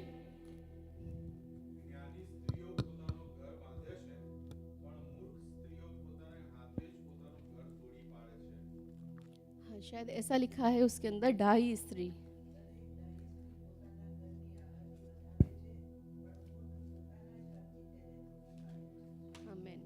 और हिंदी में ऐसा लिखता है, और इंग्लिश में ऐसा लिखता है, the wisest of women build her house but folly with her own hands tear it down. मुझे बहुत अच्छा लगा। इंग्लिश में कभी कभी बहुत अच्छे शब्द मिल जाती हैं, गुजराती हिंदी में तीनों बाइबल को लेके बैठी थी, पर मैंने जो इंग्लिश बाइबल में देखा उसमें लिखा है द वाइसेस्ट वुमेन। और कोई मुझे कहेगा कि कहाँ कहाँ जगह, मतलब नए नियम में किस जगह पे मूर्ख स्त्री और ढाई स्त्री की बात कही गई है? 10 कुमारिका। सबसे पहले हमें वो याद आता कि 10 कुमारिका, पर यदि हम ध्यान से देखेंगे ना, आप घर पे जाके भी उसको पढ़ना, पर जो यहाँ पर लिखा है कि द वाइसेस्ट वुमेन, वाइसेस्ट का मीन्स हिंदी उसका अर्थ ऐसा होता है कि वाइस से भी ऊपर, समझदार से भी ऊपर, और सबसे बुद्धिमान और सबसे समझदार और सर्वश्रेष्ठ विवेकी, इस महिला को वाइसेस्ट वुमेन कहा जाता है। और जब हम मत्ती उसके 25वें अध्याय में जहाँ पर 10 कुमारिकाओं की बात कही गई है, 10 वुमेन्स की बात गई है, उसमें से 5 जो थी वो समझदार थी। आप देखिएगा उसमें ऐसा लिखा है कि 5 जो वुमेन है वो वाइस है, लेकिन वाइस का जो मतलब है वो समझदारी में आता है, बुद्धिमानी में नहीं आता। गुजराती में बुद्धिमानी लिखा है, पर हिंदी में ऐसा लिखा है कि समझदार है। पर मूर्ख तो मूर्ख ही है, पर समझदार है। लेकिन जो यहाँ पर जिस वुमेन की बात कही गई है वो बुद्धिमान है, सबसे बुद्धिमान है। ऐसा नहीं है कि कम बुद्धिमान है, सबसे बुद्धिमान है, सबसे समझदार है और सर्वश्रेष्ठ विवेकी महिला है। कॉन्शियस उसके अंदर कि मुझे कैसे घर को बनाना है, कैसे मुझे घर को चलाना है। और मत्ती उसके 25वें अध्याय और दूसरे पद में हम देखते हैं कि गुजराती में मैंने लिखा है कि अने तेओमानी 5 मूर्ख हती अने 5 बुद्धिमान हती। मतलब कि सिर्फ वहाँ पे सिर्फ उसका एक डेफिनेशन ऐसा दे रखा है कि बुद्धिमान ही है, वो समझदार ही है, लेकिन जो वाइसेस्ट वुमन होती है उसके अंदर कुछ गुण पाए जाते हैं। तो सबसे ज़्यादा बुद्धिमान मैं अपने आप को कब समझती हूँ पता है? जब मैं सब्जी लेने जाती हूँ। मेरे ख्याल से सभी वुमेन्स ऐसा करते होंगे कि जब मुझे मेरे पर बहुत हंसी आती है और वचन पढ़ते पढ़ते और लिखते लिखते मुझे इतनी हंसी आई। मैंने बोला कि सबसे ज़्यादा बुद्धिमान हम तभी समझते हैं कि सबसे अच्छे टमाटर लेंगे, लेकिन घर जाने के बाद वो फिर से खराब ही निकलते हैं। तो हम यही समझते हैं कि, और हम जब हम लोग टीन एज में थे तब हमारे पापा के ऊपर भरोसा नहीं करते थे कि वो सब्जी लेने जाएं, क्योंकि वो तो बातों में आके है ना, वो सब्जी वाली उनको ख़राब सब्जी देती थी। फिर घर पे आके जैसे ही थैली खोली फिर से पता चला कि ख़राब टमाटर है और जो सब्जी मंगाई थी वो है नहीं। इसलिए वुमेन से उनके अंदर कुछ गुण पाए जाते हैं, कुछ ऐसी बातें पाई जाती है जो वो वुमेन से कर सकती है। और यहाँ पे लिखा है कि हर बुद्धिमान स्त्री है ना, हम में से प्रत्येक को, जितनी भी यहाँ पे बैठी है, बहनें भी बैठी, लड़कियाँ हैं, हम जब वो लोग उनके समय में आएंगे तब शायद हाँ वो अपने घर को उस प्रकार से बनाएंगे। लेकिन प्रभु के अनुग्रह में वो लोग आज यहाँ बैठे हैं ना। जब हम प्रभु की उपस्थिति में बैठते हैं तो हम ऐसा नहीं समझे कि हम ऐसे ही आ गए, लेकिन नहीं, प्रभु कुछ योजना और कुछ इच्छा से हमें यहाँ पर लेकर आते हैं। तो आज हम कुछ बातों को उनमें से देखेंगे कि किस प्रकार से हम अपने आप को वाइसेस बना सकते हैं, किस प्रकार से हम अपने आप को अति बुद्धिमान बना सकते हैं। क्योंकि हमारे हाथों में नहीं है, सिर्फ हम अपने जीवन को परमेश्वर को सौंप सकते हैं कि प्रभु ये मेरा जीवन है आपके लिए, ये मेरी बातें हैं आपके लिए। क्योंकि यदि हम कुछ भी करने जाएंगे, मान लीजिए बुद्धि से हम कुछ अपने घर को बनाना चाहेंगे, पर हो सकता है कि कुछ ज़्यादा चालाकी कर दें, कुछ ज़्यादा हम वो कुछ कर दें, कुछ बातों को कुछ गलत निर्णय ले लें, कुछ बातों को हम लोग कुछ गलत तरीके से ले लें। लेकिन जब हम हर बात को परमेश्वर के हाथ में सौंपते हैं तो वो सारी बातों को परमेश्वर उसके समय में खूबसूरत बनाता है। जैसे सबोपदेशक में लिखा है कि वो अपने हर बातों को, हर चीज़ों को वो अपने समय में खूबसूरत बनाता है। और हम यहाँ पे देखते हैं कि बुद्धिमान स्त्री की व्याख्या वही होती है कि बुद्धिमान स्त्री की व्याख्या वो अपने घर को बनाती है, उसके जो परिवार उसको दिया जाता है उसको अच्छे से देखभाल करती है। मैं जानती हूँ कि आज वुमेंस डे नहीं है, मदर्स डे है, लेकिन हर औरत लाइक मदर बनने से पहले वो एक स्त्री है। और हर स्त्री को जैसे वो बनी है माँ, लेकिन उससे पहले उसको घर की देखभाल, घर को संभालना और उसके साथ साथ में बच्चों की देख रेख भी करना, वो किस प्रकार से है, वो सब परमेश्वर बुद्धि को देता है। हमारे हाथ में कुछ भी नहीं है। हम तो जब शॉन हुआ तब हम लोग तो उसको तो बहुत देख देख के एक सा लगता था कि कैसे बड़े करेंगे उसको, कैसे बड़ा करेंगे उसको। केविन तो उनको छोटा था तो हाथ में भी लेते नहीं थे, उसको डर लगता था कि कहीं कुछ हो ना जाए। लेकिन उसके बाद में जब ये ओलिविया और ऑनिक्स हुए तो हमने ऐसे ही खेलते खेलते ही बड़ा कर दिया उनको पता ही नहीं चला कि वो लोग कब बड़े हो गए। तो इस प्रकार से परमेश्वर हमें बुद्धि देता है, परमेश्वर हमें ज्ञान देता है। और नीति वचन, इसके लिए नीति वचन, और मैंने यहाँ पर थोड़ी सी आयतों को लिखा है। नीति वचन उसका 31वां अध्याय और उसकी 25 से लेकर और 31 आयत जो हम देखेंगे। नीति वचन उसका 31वां अध्याय 25 से लेकर और 31वीं आयत, कोई भी गुजराती में से पढ़ देंगे।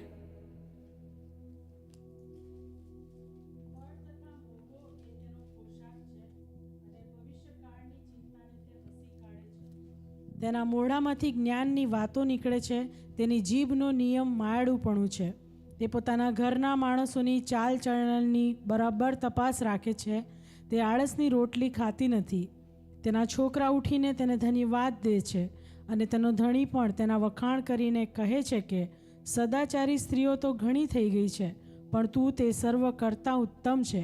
લાવણ્ય ઠગારું છે અને સૌંદર્ય વ્યર્થ છે, પણ યહોવાનો ડર રાખનાર સ્ત્રી વખાણ પામશે। તેના હાથની પેદાશમાંથી તેને આપો અને તેના કામોને માટે ભાગોળોમાં તેની પ્રશંસા થાઓ। આમેન। आमीन आमीन। मैंने आपको एक एक्टिविटी दी है। थैंक यू आर्यन बेन वचन के लिए। मैंने आपको कुछ दिया है, एक प्ले, क्या बोलते हैं उसको, डो है ना, प्ले डो है और एक कार्डबोर्ड है। मैं चाहती हूँ कि जिसको भी मिला है, किस किसको मिला है, किसको नहीं मिला है और किसको चाहिए, मैं चाहती हूँ कि आप लोग उसके लिए उससे एक घर तैयार करें। छोटा सा, कुछ भी नहीं है, ऐसा सिंपल सा एक छोटा सा ऐसा घर तैयार करना है। सिंपल ही है। मैं 5 मिनट का समय दे रही हूँ, नहीं 5 मिनट बहुत हो जाएंगे, 2 मिनट का, सिर्फ 2 मिनट का समय है आपके पास में चिक्कू दादी की हेल्प करना।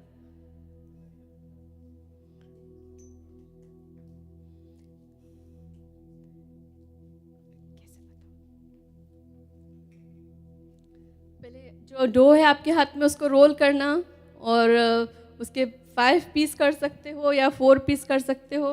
एक सिंपल सा घर जैसे हम बचपन में बनाया करते थे ना, छोटा सा घर ऐसा वाला, ऐसा समझना मैं अपना घर बना रही हूँ।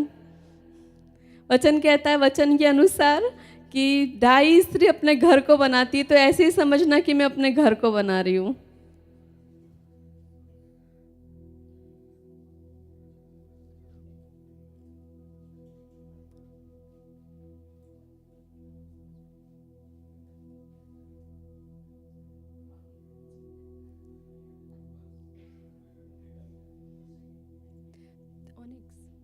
એમની હેલ્પ કર બેટા, મીકો એમની હેલ્પ કર આંટી।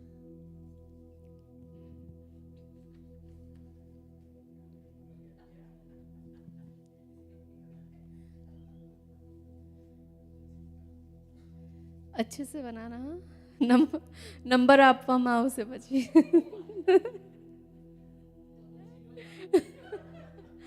ऐसा ही समझ के बनाना, मैं ढाई स्त्री और मैं अपने घर को बना रही हूँ।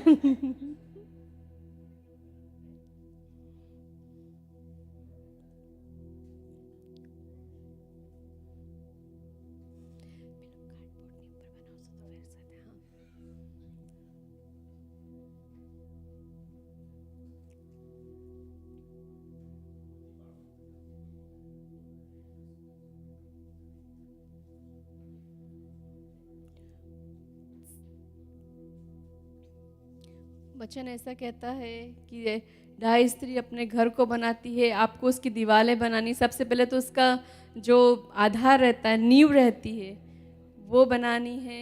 फिर उसकी 2 दीवारें खड़ी करनी है, फिर उसकी छत बनानी है, फिर छत के ऊपर उसकी क्या बोलते हैं उसको, आर्टरी, जो उसको क्या बोलते हैं, जो एटिक, हिंदी में आटरी बोलते हैं, अटारी बोलते हैं उसको, वो बनानी है आपको, छत बनानी है। इस प्रकार से आप बना सकते हैं। देखना हाँ कोई छोटा बड़ा ना हो जाए, नहीं तो उसका जो नींव रहेगी वो मजबूत नहीं रहेगी तो घर गिर सकता है।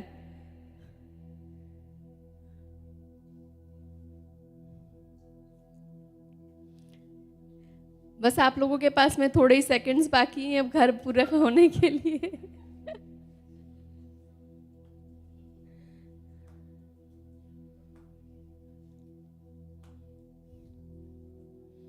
ऐसा लग रहा है कि सभी को एकदम से बहुत अच्छा लग रहा है घर बनाना ना। बहुत समय हम बच्चों को देखते हैं कि मिट्टी से खेल रहे हैं, पर आज सभी को अच्छा लग रहा है देखकर।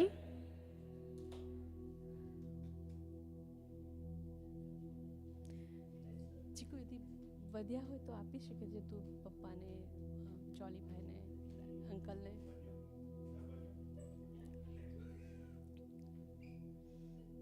સરસ,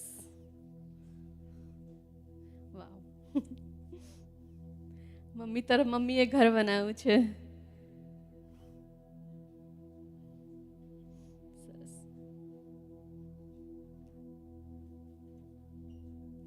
अपने अपने पास में रखना हाँ अभी अपना घर। हो गया, બધાનું થઈ ગયું છે?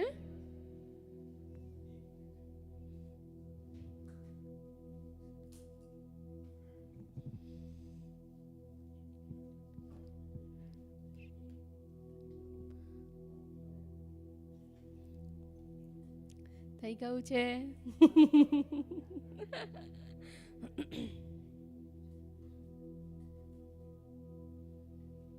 कुछ बातों को उसमें ध्यान रखना कि आपकी जो घर की नींव जो है वो मजबूत रहे। पीछे आप लोगों का बन रहा है, वेरी गुड, बहुत सरस।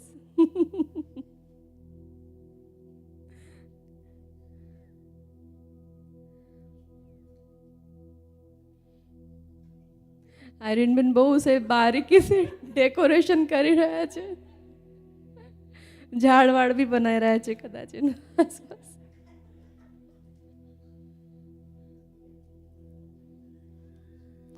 સારું, જો આપણે આગળ વચનમાં વધીએ અને બધાનું ઘર થઈ ગયું હોય તો પ્લીઝ મને બતાવજો। આંટી એનું નીવ ક્યાં છે ઘરની? એનું નીવ તો છે જ નહીં, એને જે પાયો હોય એ તો છે જ નહીં। ક્યાં?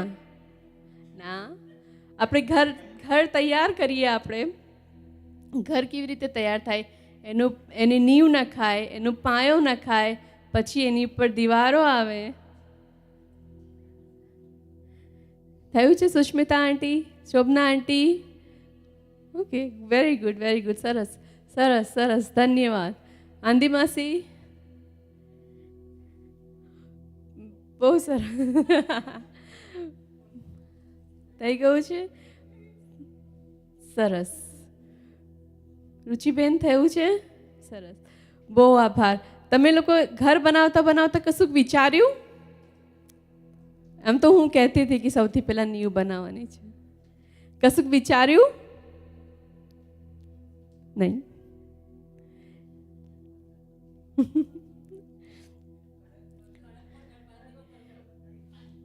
हाँ, तो जब भी हम कोई भी बातों को करते हैं तो कुछ वचनों को अपने हृदय के अंदर हमें रखते हुए उन बातों को तैयार करना है। कुछ वचनों को अपने हृदय में रखना है और घर को तैयार करना है। उसी प्रकार से जिस प्रकार से हमें यहाँ पर बताया गया है कि एक डाई स्त्री जो है वो किस प्रकार से अपने घर को तैयार करती है, किस प्रकार से उसको अपने घर के लिए सारी बातों को करना है। तो कुछ बातें जो हैं मैं आप लोगों को बताना चाहूँगी कि एक डाई स्त्री में क्या क्या गुण होना चाहिए।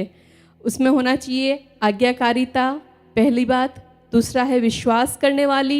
तीसरी बात है आशा रखने वाली और प्रभु से प्रेम रखने वाली। ये सबसे पहली बात होनी चाहिए, आज्ञाकारिता। आज्ञाकारिता जो है परमेश्वर पिता ने सबसे पहले आदम को बनाया, आदम के साथ में उसने हवा की उत्पत्ति करी।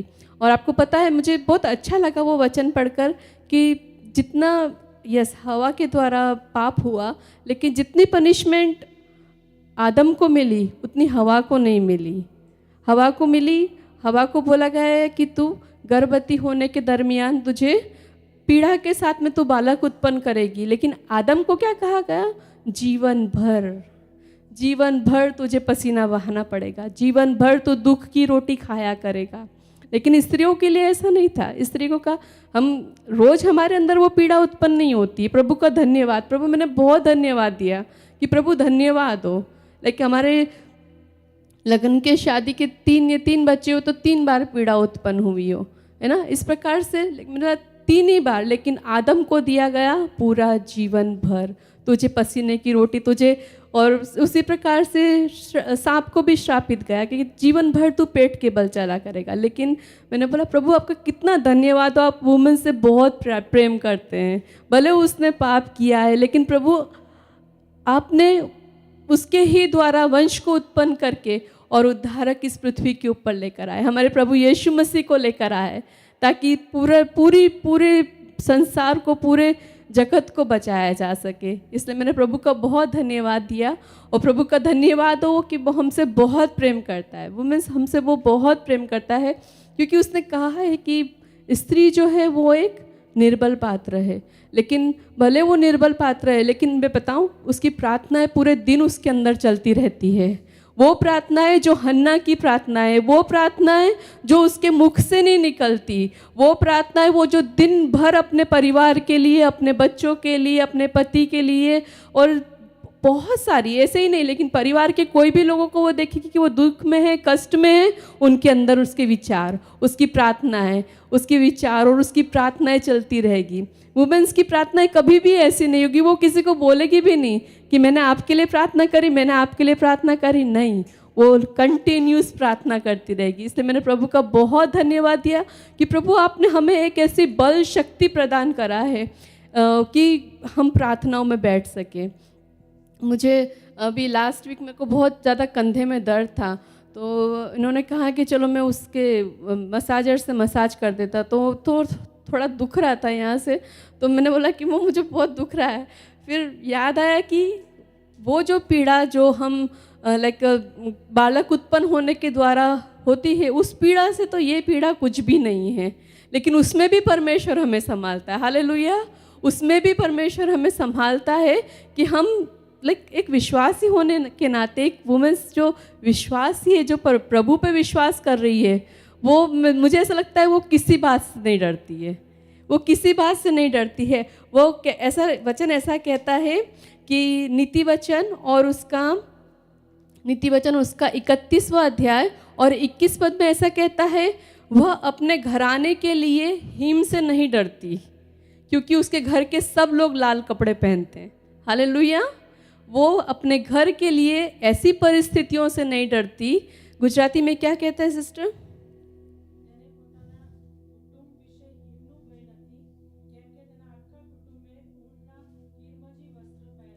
हालेलुया। हिंदी में ऐसा लिखते हैं कि वह अपने घराने के लिए हिम से नहीं डरती, क्योंकि उसके घर के सब लोग लाल कपड़े पहनते हैं। मतलब कि वो अपने घर के लिए दुख, तकलीफ, परेशानियों, ऐसी परिस्थिति जो उसको डराने वाली, जो ठंडी परिस्थिति है, जो ऐसी है जो उसको शायद हिला सकती है उसके परिवार को, वो नहीं डरती है। क्यों? क्योंकि उसके घर के सारे लोग प्रभु यीशु मसीह के लहू में छुपे हुए हैं। Hallelujah, hallelujah. मैं प्रभु का बहुत धन्यवाद दिया जब प्रभु ने, पवित्र आत्मा ने वचन को बताया कि वो हिम से नहीं डरती। आज हम में से कोई भी बैठी यहाँ पर स्त्री है, मान लीजिए कि हमारे परिवार में कोई दुख की घटना घट जाए, तो क्या हम डरेंगे उससे? नहीं डरेंगे। क्यों? क्योंकि हमारे घर के सब लोग प्रभु यीशु मसीह के लहू में छुपे हुए हैं। हालेलुया। तो कुछ बातें ऐसी है कि जो हमें प्रभु में आज्ञाकारी बने रहने के लिए, सबसे पहले आज्ञाकारी बने रहने के लिए, बोलिए मेरे साथ में, आज्ञाकारी बने रहने के लिए हमारे घर का जो एक पाया है वो है आज्ञाकारिता। और ये आज्ञाकारिता हम देखते हैं एस्तर रानी के अंदर। जब हम एस्तर रानी के अंदर देखते हैं कि किस प्रकार से उसने मोर्दके की बात मानी, हर एक छोटी छोटी बातों को माना, हर एक छोटी बातों को माना। उसने कहा कि तू देख राजा के सामने जाना, तू देख अभी उपवास को करना, तू देख ये काम करना। मतलब मैंने सोचा कि एक रानी होकर वो अपने चाचा की बात मान रही है, कितनी अधीनता, कितनी आज्ञाकारिता, है ना। और इन्हीं आज्ञाकारिता के कारण क्या हुआ, जब हम देखते हैं कि इन्हीं आज्ञाकारिता के कारण से एस्तर की पुस्तक उसका 5वां अध्याय और पहले पद में क्या लिखा है? तीसरे दिन एस्तर अपने राजकीय वस्त्र पहनकर राजभवन के भीतर आंगन में जाकर राजभवन के सामने खड़ी हो गई। ये वो समय था कि जब उसको राजा के सामने जाना था। अब ये वो समय था कि उसको अपनी बात राजा के सामने प्रकट करनी थी। ये वो समय था कि जब उसको अपनी जान पर खेल कर अपने लोगों का प्राण बचाना था। वो उसने क्या किया? राजकीय वस्त्र पहने। बोलिए मेरे साथ में, राजकीय वस्त्र पहने। और राजकीय वस्त्र पहनकर वो राजा के सामने नीडर खड़ी हो गई। उसने 3 दिन के उपवास किए, उसकी सहेलियों ने उपवास किए, कुछ भी खाया नहीं, कुछ भी पिया नहीं, और बड़ी निडरता के साथ में जाकर वो खड़ी हो गई। बहनों, जब हम आज्ञाकारिता के अंदर रहते हैं, जब हम प्रभु की आज्ञाकारिता के अंदर रहते हैं, तो एक बोल्डनेस, एक निडरता परमेश्वर हमारे हृदय के अंदर डालता है। और वो निडरता इस समय में हमारे परिवार के लिए ये है कि हम अपने वस्त्रों को पहने। हमारे लिए क्या वस्त्र हैं? हमारे लिए क्या वस्त्र हैं? आप मेरे साथ में निकाल लीजिए इफिसियों की पत्री, उसका 6वां अध्याय और 11 से 19 पद तक। मैं इसलिए इस वचन में लेके जा रही हूँ क्योंकि जब मैं प्रार्थना में बैठी थी कि प्रभु क्या वचन शेयर करना है, आपकी बेटियों के लिए क्या वचन है, तो प्रभु ने मुझे एक वस्त्र दिखाया जो पूरे इसी प्रकार से थे। और इन दिनों में जब हमें ज़रूरत है, जैसे एस्तर ने राजकीय वस्त्र पहने और वो राजा के सामने खड़ी हो गई, किन के लिए? अपने लोगों के लिए। और हमें इस समय में खड़े रहना है सत्य से कमर कस के, हालेलुया, धार्मिकता की झिलम पहनकर, पाँवों में मेल के सुसमाचार के जूते पहनकर, विश्वास की ढाल लेकर स्थिर खड़े रहना है ताकि शैतान के जलते हुए तीरों को बुझा सके। उद्धार का टोप पहनकर, आत्मा की तलवार लेकर, जो परमेश्वर का वचन है, ठीक है, और आत्मा में प्रार्थना और विनंती, और पवित्र लोगों के लिए लगातार विनंती, ये हमारे राजकीय वस्त्र हैं। हालेलुया। यदि आज हमारे परिवार में ऐसा लगता है कि कोई ऐसी बातें हैं जो विरुद्ध में हैं, आज कोई ऐसा लगता है कि हमारे परिवार में कोई ऐसी है जो शैतान की चाल है, एक जो बुद्धिमान स्त्री रहेगी ना, वचन ऐसा कहता है कि वो अपने घर के लोगों की चाल को देखकर समझ जाती है कि क्या हो रहा है ना, नीति वचन में लिखा हुआ है, वो समझ जाती है कि क्या हो रहा है। निकाल लेंगे हम नीति वचन और उसका 31वां अध्याय।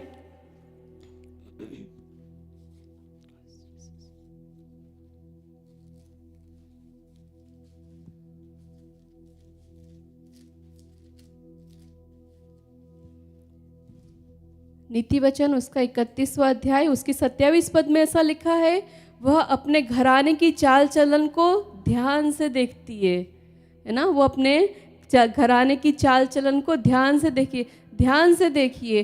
कोई ऐसी बात है, ऐसी शैतान की कोई चालें हमारे परिवार के अंदर लग रही है क्या? कोई ऐसी बात लग रही है जो हमें लग रहा है कि ये ठीक नहीं है, तो आज उस बात को समझने की ज़रूरत है। मैं एक छोटी सी गवाही बताती हूँ, शायद आप लोगों को थोड़ी हंसी भी आएगी उस बारे में, लेकिन वो मेरे लिए बहुत बड़ी गवाही है।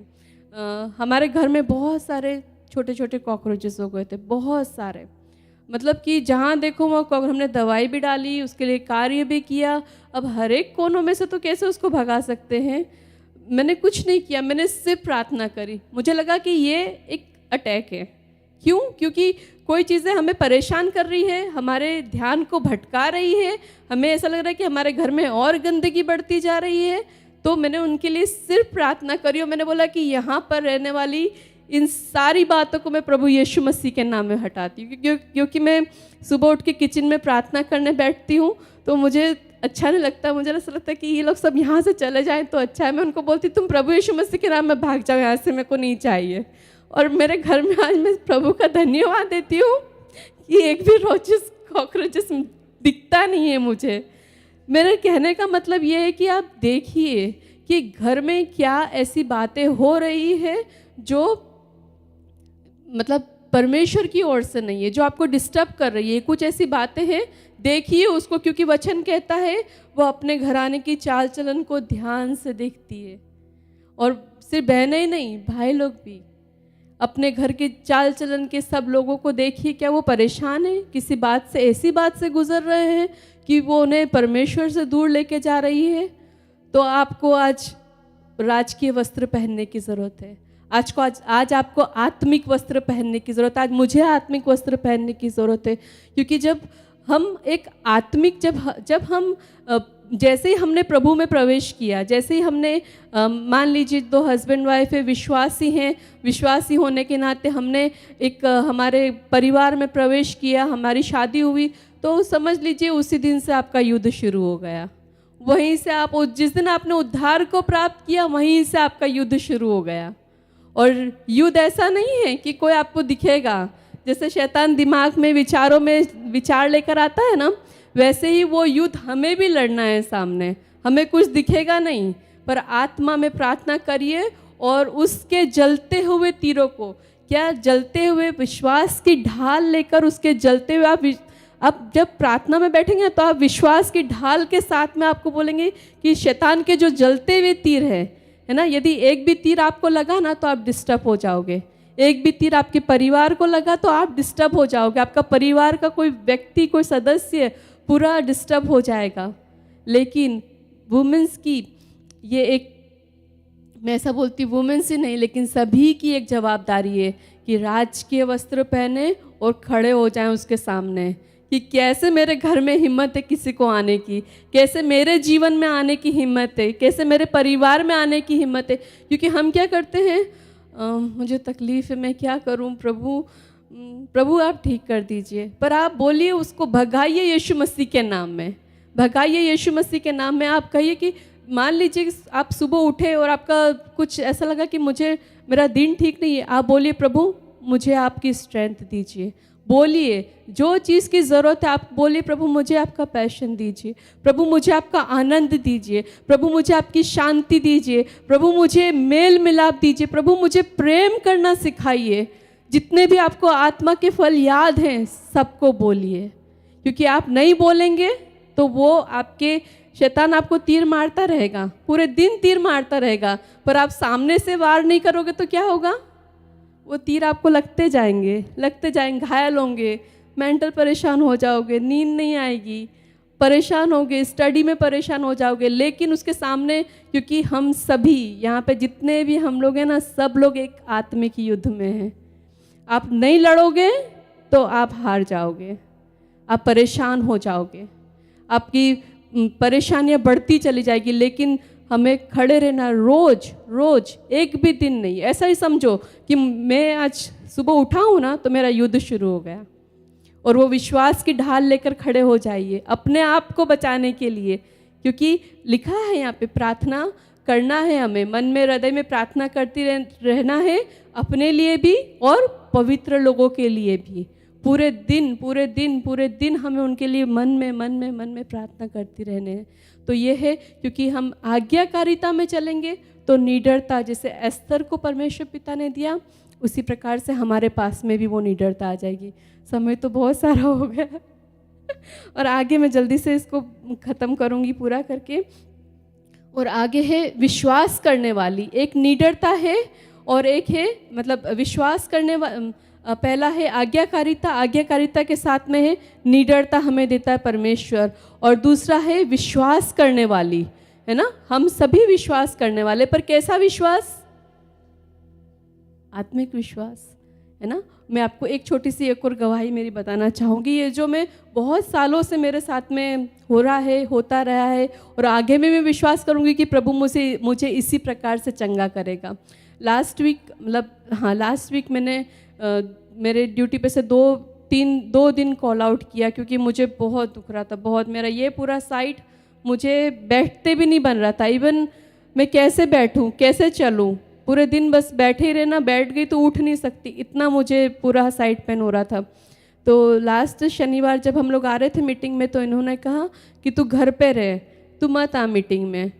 तो 1 मिनट के लिए तो मैंने सोचा कि ठीक है आराम करती हूँ, पर मैंने बोला कि प्रभु, जैसे आपके चेले बोलते हैं कि हम तेरे से भागकर कहाँ जाएं, अनंत जीवन की बात है तो तेरे पास में है ना। प्रभु बोलते हैं कि, तो मैंने बोला प्रभु मैं आपसे भागकर कहाँ जाऊँ, मैं घर पे रहूँगी तो मेरी और तकलीफ बढ़ जाएगी। इससे अच्छा मैंने बोला मैं आती हूँ मीटिंग में, मैं भले खड़े रहूँगी, मुझे बैठते नहीं बनेगा, लेकिन वहाँ प्रभु की जो उपस्थिति है ना वो मुझे ठीक कर देगी, वो मुझे चंगा कर देगी। और आप यकीन मानिए मैं ठीक हो गई, मेरी सारी रिपोर्ट्स भी नॉर्मल आई। हमारा ये विश्वास होना चाहिए, है ना। जो लोबा वाली स्त्री थी ना, उसने प्रभु की चर्चा को सुना, वो सुनती रही होगी, है ना। एकदम से इंस्टेंट कोई काम नहीं होता है, आप सुनते रहो, आप मन में विश्वास रखते रहो, और आपकी विपरीत परिस्थितियों के अंदर प्रभु से भागो नहीं। आपकी विपरीत परिस्थिति, आपकी बीमारी के अंदर, आपकी तकलीफ़ों के अंदर, आपकी एंजाइटी के अंदर आप लोग प्रभु से भागो नहीं, उसके पास जाओ, क्योंकि प्रभु ने कहा है तुम मेरे पास आओ तो मैं तुम्हें विश्राम दूंगा। यदि हम भाग के जाएंगे तो कहाँ जाएंगे, संसार में। और संसार में तो क्लेश होता है ना, संसार हमें क्लेश ही देगा, वो हमें कुछ नहीं देने वाला। लेकिन जब हम प्रभु की उपस्थिति में आएंगे, प्रभु के पास आएंगे, तो हमें चंगाई मिलेगी। और यदि हम ऐसे ही भागते रहेंगे तो हमें नहीं, तो हमें पहला है आज्ञाकारिता, आज्ञाकारिता के साथ में वो हमें निडरता देता है। और दूसरा है विश्वास करने वाला, विश्वास हृदय के अंदर रखिए कि प्रभु हाँ आप कर सकते हैं, मैं आपकी उपस्थिति में जा रहा हूँ, आप कर सकते हैं। और तीसरा है आशा रखने वाली। हालेलुया, हम सब आशा में आनंदित होते हैं, बोलिए प्रेज द लॉर्ड। यस, हम आशा में आनंदित रहते हैं, हमेशा आनंदित रहते हैं। और आशा रखने से मतलब एक वचन, ये भी बहुत अच्छा वचन प्रभु का लगता है कि मरियम की बात मैं यहाँ पे करूँगी। एक दिन मैंने वुमेंस मीटिंग में भी शेयर किया था कि जब मरियम तीसरे दिन जब कब्र पे गई और उसने देखा कि वहाँ पे तो प्रभु की लाश है ही नहीं, वहाँ तो प्रभु है ही नहीं कब्र के अंदर, तो वो घबरा गई और उसने जाके चेलों को बताया। और वहाँ पे चेले, एक का नाम पतरस है और एक का नाम नहीं लिखा है वहाँ पे, लेकिन वो लोग बहुत दौड़ते दौड़ते और कब्र के पास आए और देखा, तो उन्होंने देखा तो कब्र तो खाली पड़ी है, पर पतरस ने जाके देखा कि हाँ कब्र खाली पड़ी है। और वो लोग क्या हुआ, घर को वापस चले गए, लेकिन मरियम वहाँ पर रोते हुए खड़ी रही। अब वो सुबह सुबह का समय था, 4 बजे का शायद हो सकता है, 4 बजे 3:30, मतलब उसमें हिंदी में ऐसा लिखा है पौ फटते ही, मतलब कि सेज भी थोड़ा सा भी उजाला होता है ना, उसको बिल्कुल अर्ली मॉर्निंग, जब उजाला भी नहीं होता और अंधेरा भी नहीं रहता है, तब वो वहाँ पे खड़ी हुई थी। और खड़े हुए बस वो रोती रही रोती रही रोती रही, और उसने हिम्मत करके गई कब्र के अंदर, और उसने क्या देखा, वहाँ पे स्वर्गदूत को देखा, है ना। एक सिरहाने बैठा था, एक पैताने बैठा था। उसने बोला क्या ढूंढती है, तो उसने बोला मेरे प्रभु को कोई लेके चला गया है। उसको नहीं पता कि प्रभु यीशु मसीह भी पीछे खड़े हैं, और उनसे वो बोल रहे हैं कि क्या ढूंढते, तो बोलती कि मैं मेरे प्रभु को ढूंढने आई हूँ, मुझे बताते। वो समझती कि वो माली है, वो स्वर्गदूत तो बात कर ही रहे, उसके बाद में प्रभु यीशु मसीह उससे बात करते, वो समझती कि वो माली है। तो बोलते कि वो कितनी हिम्मत उसके अंदर, वो ऐसा बोलती कि मैं अभी अपने प्रभु को उसकी मतलब जो उसकी जो बॉडी है वो लेने आई हूँ। एक स्त्री कैसे उसकी बॉडी को ले जा सकती ना, कहाँ रखेगी, उसने क्या प्लानिंग करी हो कि मुझे समझ में नहीं आता। फिर वो बोलती मैं तो अपने प्रभु को लेने आई हूँ। और फिर वापस से उसने बोला कि तू किसे ढूंढती है, तो बोले मैं अपने प्रभु को ढूंढती हूँ। और प्रभु यीशु मसीह उसको बोलते हैं मरियम। पहले वो है नारी करके बात करते हैं, फिर वो बोलते हैं मरियम, और उसका नाम लेते हैं। ओ माय गॉड, जब उसका नाम लेते होंगे तो उसके हृदय में क्या आनंद हुआ होगा। तो इसलिए बहनों, हर परिस्थिति में खड़े रहिए, है ना। कोई भी है, ऐसा लगता है कि प्रभु नहीं होगा नहीं होगा, नहीं हो पा रहा है, कभी कभी हम निराश हो जाते हैं बहुत बात में, लेकिन खड़े रहिए। प्रभु आवाज़ लगाएंगे पीछे से, आयरीन तेरी प्रार्थना को सुन लिया गया, हालेलुया। इसलिए खड़े रहिए। और प्रभु हमारे प्रार्थनाओं को कभी अनसुना नहीं करता, लेकिन वचन कहता है ना कि वो हर एक समय में हर एक बातों को अपने समय में खूबसूरत बनाता है ना। परमेश्वर का समय है हमारे लिए हर एक बातों को खूबसूरत बनाने का। आज हम इन छोटे बच्चों को मोबाइल दे देंगे तो क्या होगा, वो लोग दिन भर उसमें खेलते रहेंगे। इसलिए परमेश्वर जानता है हमें कि हमें किस बातों की कि किस समय में ज़रूरत है, वो पूरी रीति से अपने आप में दे देगा। मैं एक और छोटी सी गवाही दे के ख़त्म करूँगी। मैं इतनी उत्साहित इसलिए हो रही हूँ क्योंकि मैं जानती हूँ कि हमारा प्रभु जो है ना वो कभी हमें छोड़ता नहीं और कभी त्यागता नहीं है। और हमारे यहाँ पे हमारा जो डिपार्टमेंट है, हमें उसमें बहुत बैठने की परमिशन नहीं है, लेकिन हम 3 बजे से जाते हैं तो बहुत थक जाते हैं, तो ऐसा लगता है 5-10 मिनट कहीं जाके और बैठ जाएं और आगे का काम शुरू करें।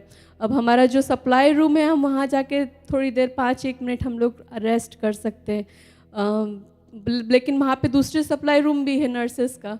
अब मुझे इच्छा हुई, कल बहुत खड़े खड़े पैर दुख गए, मैंने बोला 5 मिनट जाके मैं रेस्ट करती हूँ।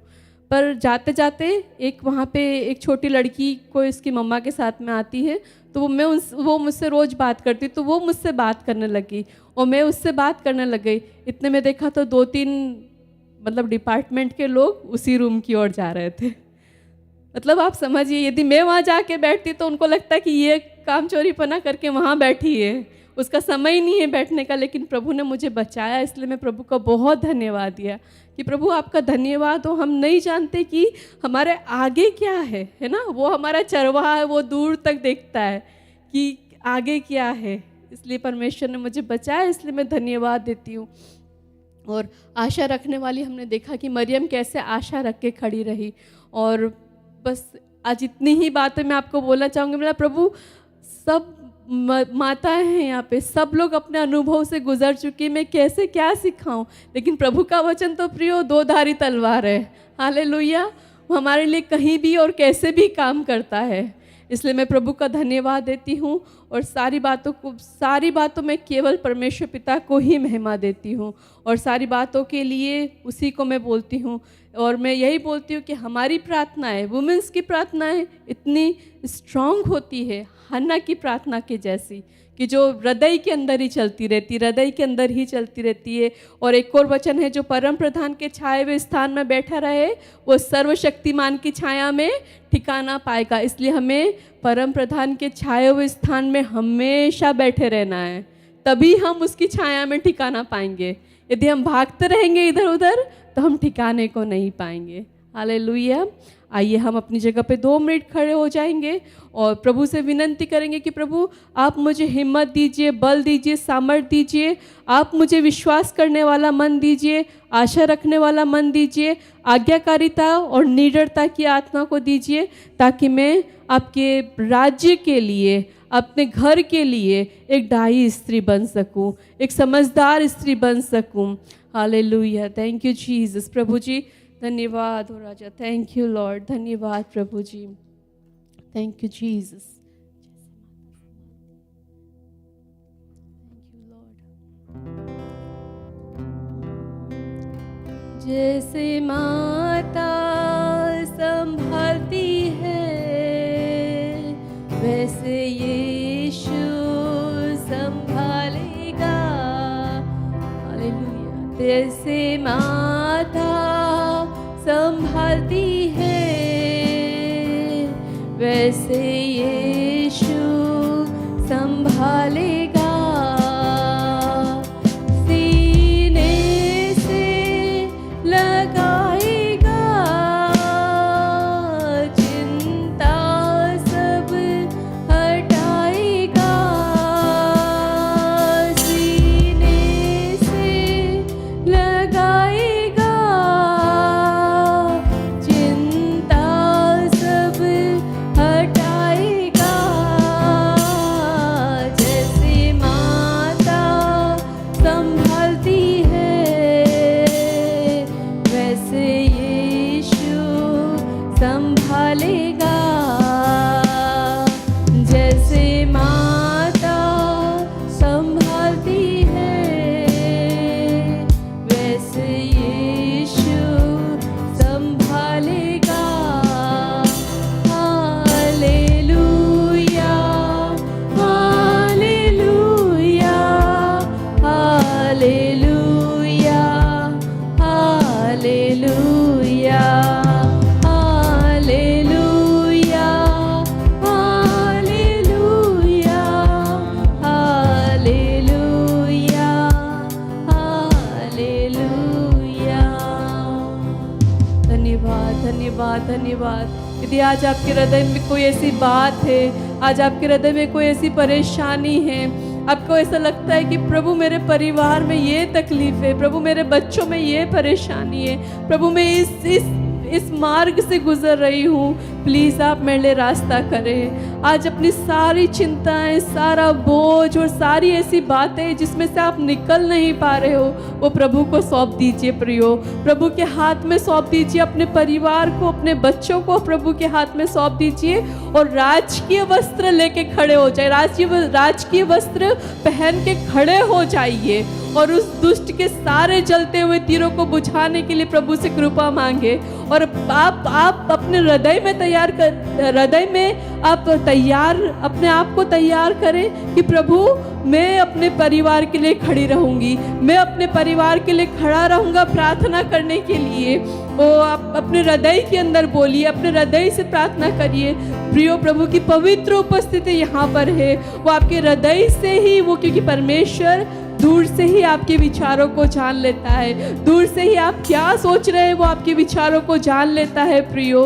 तो आप हृदय में जो कुछ भी सोच रहे हैं प्रभु उसे जानता है। आप उसे, जैसे हन्ना ने प्रार्थना करी, उसके शब्द तो नहीं निकलते थे लेकिन उसके होठ बुदबुदाते थे। वो बोलती थी कि प्रभु तू आज मुझे ये करेगा तो मैं तुझे तेरे लिए ये अपने बेटे को दे दूंगी। आप प्रभु से बोलिए, प्रभु मैं तेरे लिए हूँ, मैं तेरे लिए खड़ी हूँ। प्रभु आप मुझे हिम्मत, बल, शक्ति और सामर्थ्य दीजिए अपने परिवार के लिए प्रार्थना करने के लिए। और वो आपकी प्रार्थनाओं को सुनकर आपको बल देगा, वो आपकी प्रार्थनाओं को सुनकर और उसमें से छुटकारे को देगा प्रियो। हालेलुया, धन्यवाद धन्यवाद धन्यवाद। बोलते रहिए, बोलते रहिए, बोलते रहिए। प्रभु तू मेरे घर के लिए नया काम कर, तू मेरे जीवन के लिए नया काम कर, ओ मेरे परिवार के लिए नया काम कर। हालेलुया राजा, धन्यवाद हो प्यारे पवित्र आत्मा, धन्यवाद हो, धन्यवाद हो। थैंक यू जीसस, धन्यवाद हो राजा, धन्यवाद हो पिता। प्यारे प्रभु जी धन्यवाद देती हूँ पिता, यहाँ पर खड़े हुए एक एक लोगों के लिए पिता, एक एक मम्मियों के लिए और प्रभु जी पिताओं के लिए भी पिता धन्यवाद देती हूँ पिता परमेश्वर। हर एक लोगों के लिए पिता जो आज यहाँ पर उपस्थित है पिता, प्यारे प्रभु जी पिता आप उनके हृदय की प्रार्थनाओं को जानते हैं पिता कि वो किन परिस्थितियों में से गुजर रहे हैं। प्रार्थना करती हूँ स्वामी पिता परमेश्वर राजा, जैसे मरियम खड़ी रही और रोती रही कि मुझे प्रभु को ले जाने दीजिए, और जैसे आपने उसे आवाज दी कि मरियम, पिता आज प्रभु जी हर एक का नाम लेकर आप बुलाइए प्रभु जी, उनकी उन पिता विपरीत परिस्थितियों में से, और खराब परिस्थितियों में से पिता, और हर एक गलत बातों में से पिता उनके परिवार को, उनके जीवन को प्रभु यीशु मसीह के नाम में पिता आप उन्हें आजाद करिए पिता, छुड़ा लीजिए पिता परमेश्वर राजा। विनंतियों प्रार्थना करती हूँ पिता, एक एक को प्रभु जी पिता आज यहाँ पर आपके पवित्र हाथों में सौंपती हूँ। आप अद्भुत करने जा रहे पिता, आप अद्भुत करने जा रहे प्रभु जी। आपने पिता परमेश्वर ऐसे पहाड़ों को हटा दिया है जो प्रभु जी पिता परमेश्वर हमें कठिन लगती है, ऐसी बातों को आपने दूर कर दिया है जो प्रभु जी हमारे परिवार को पिता आपसे दूर लेके जाती है। आपने एक नया काम हमारे परिवार में किया है, इसके लिए आपको धन्यवाद देती हूँ पिता।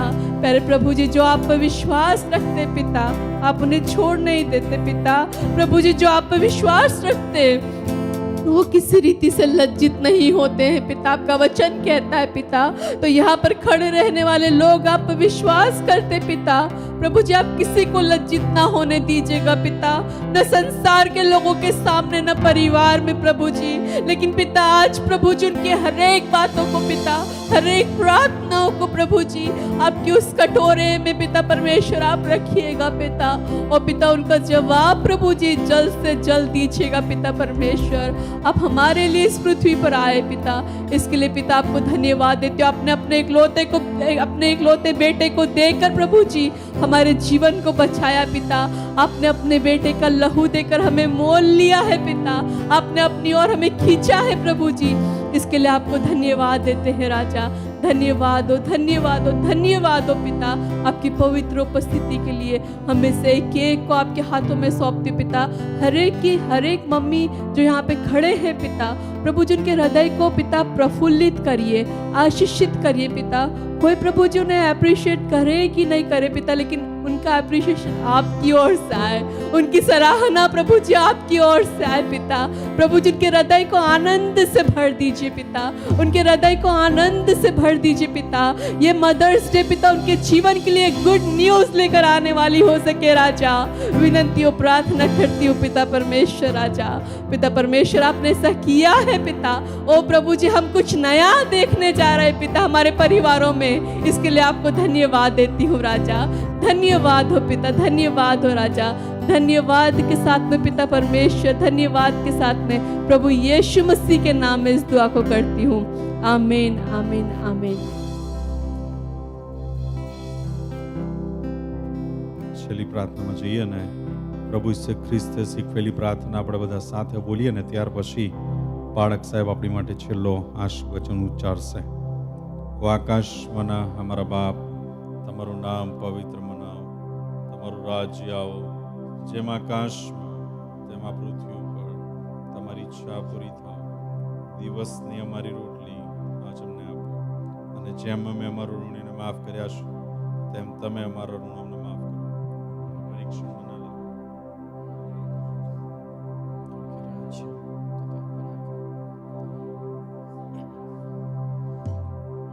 અને હવે આપણા તારનાર પ્રભુ ઈસુ ખ્રિસ્તની કૃપા, દેવ બાપનો પ્રેમ અને પવિત્ર આત્માની સંગત હમણાંથી તે સર્વકાળ સુધી દરેક જે પ્રભુ ઈસુ પર વિશ્વાસ કરે છે એમની સાથે રહો। Amen amen.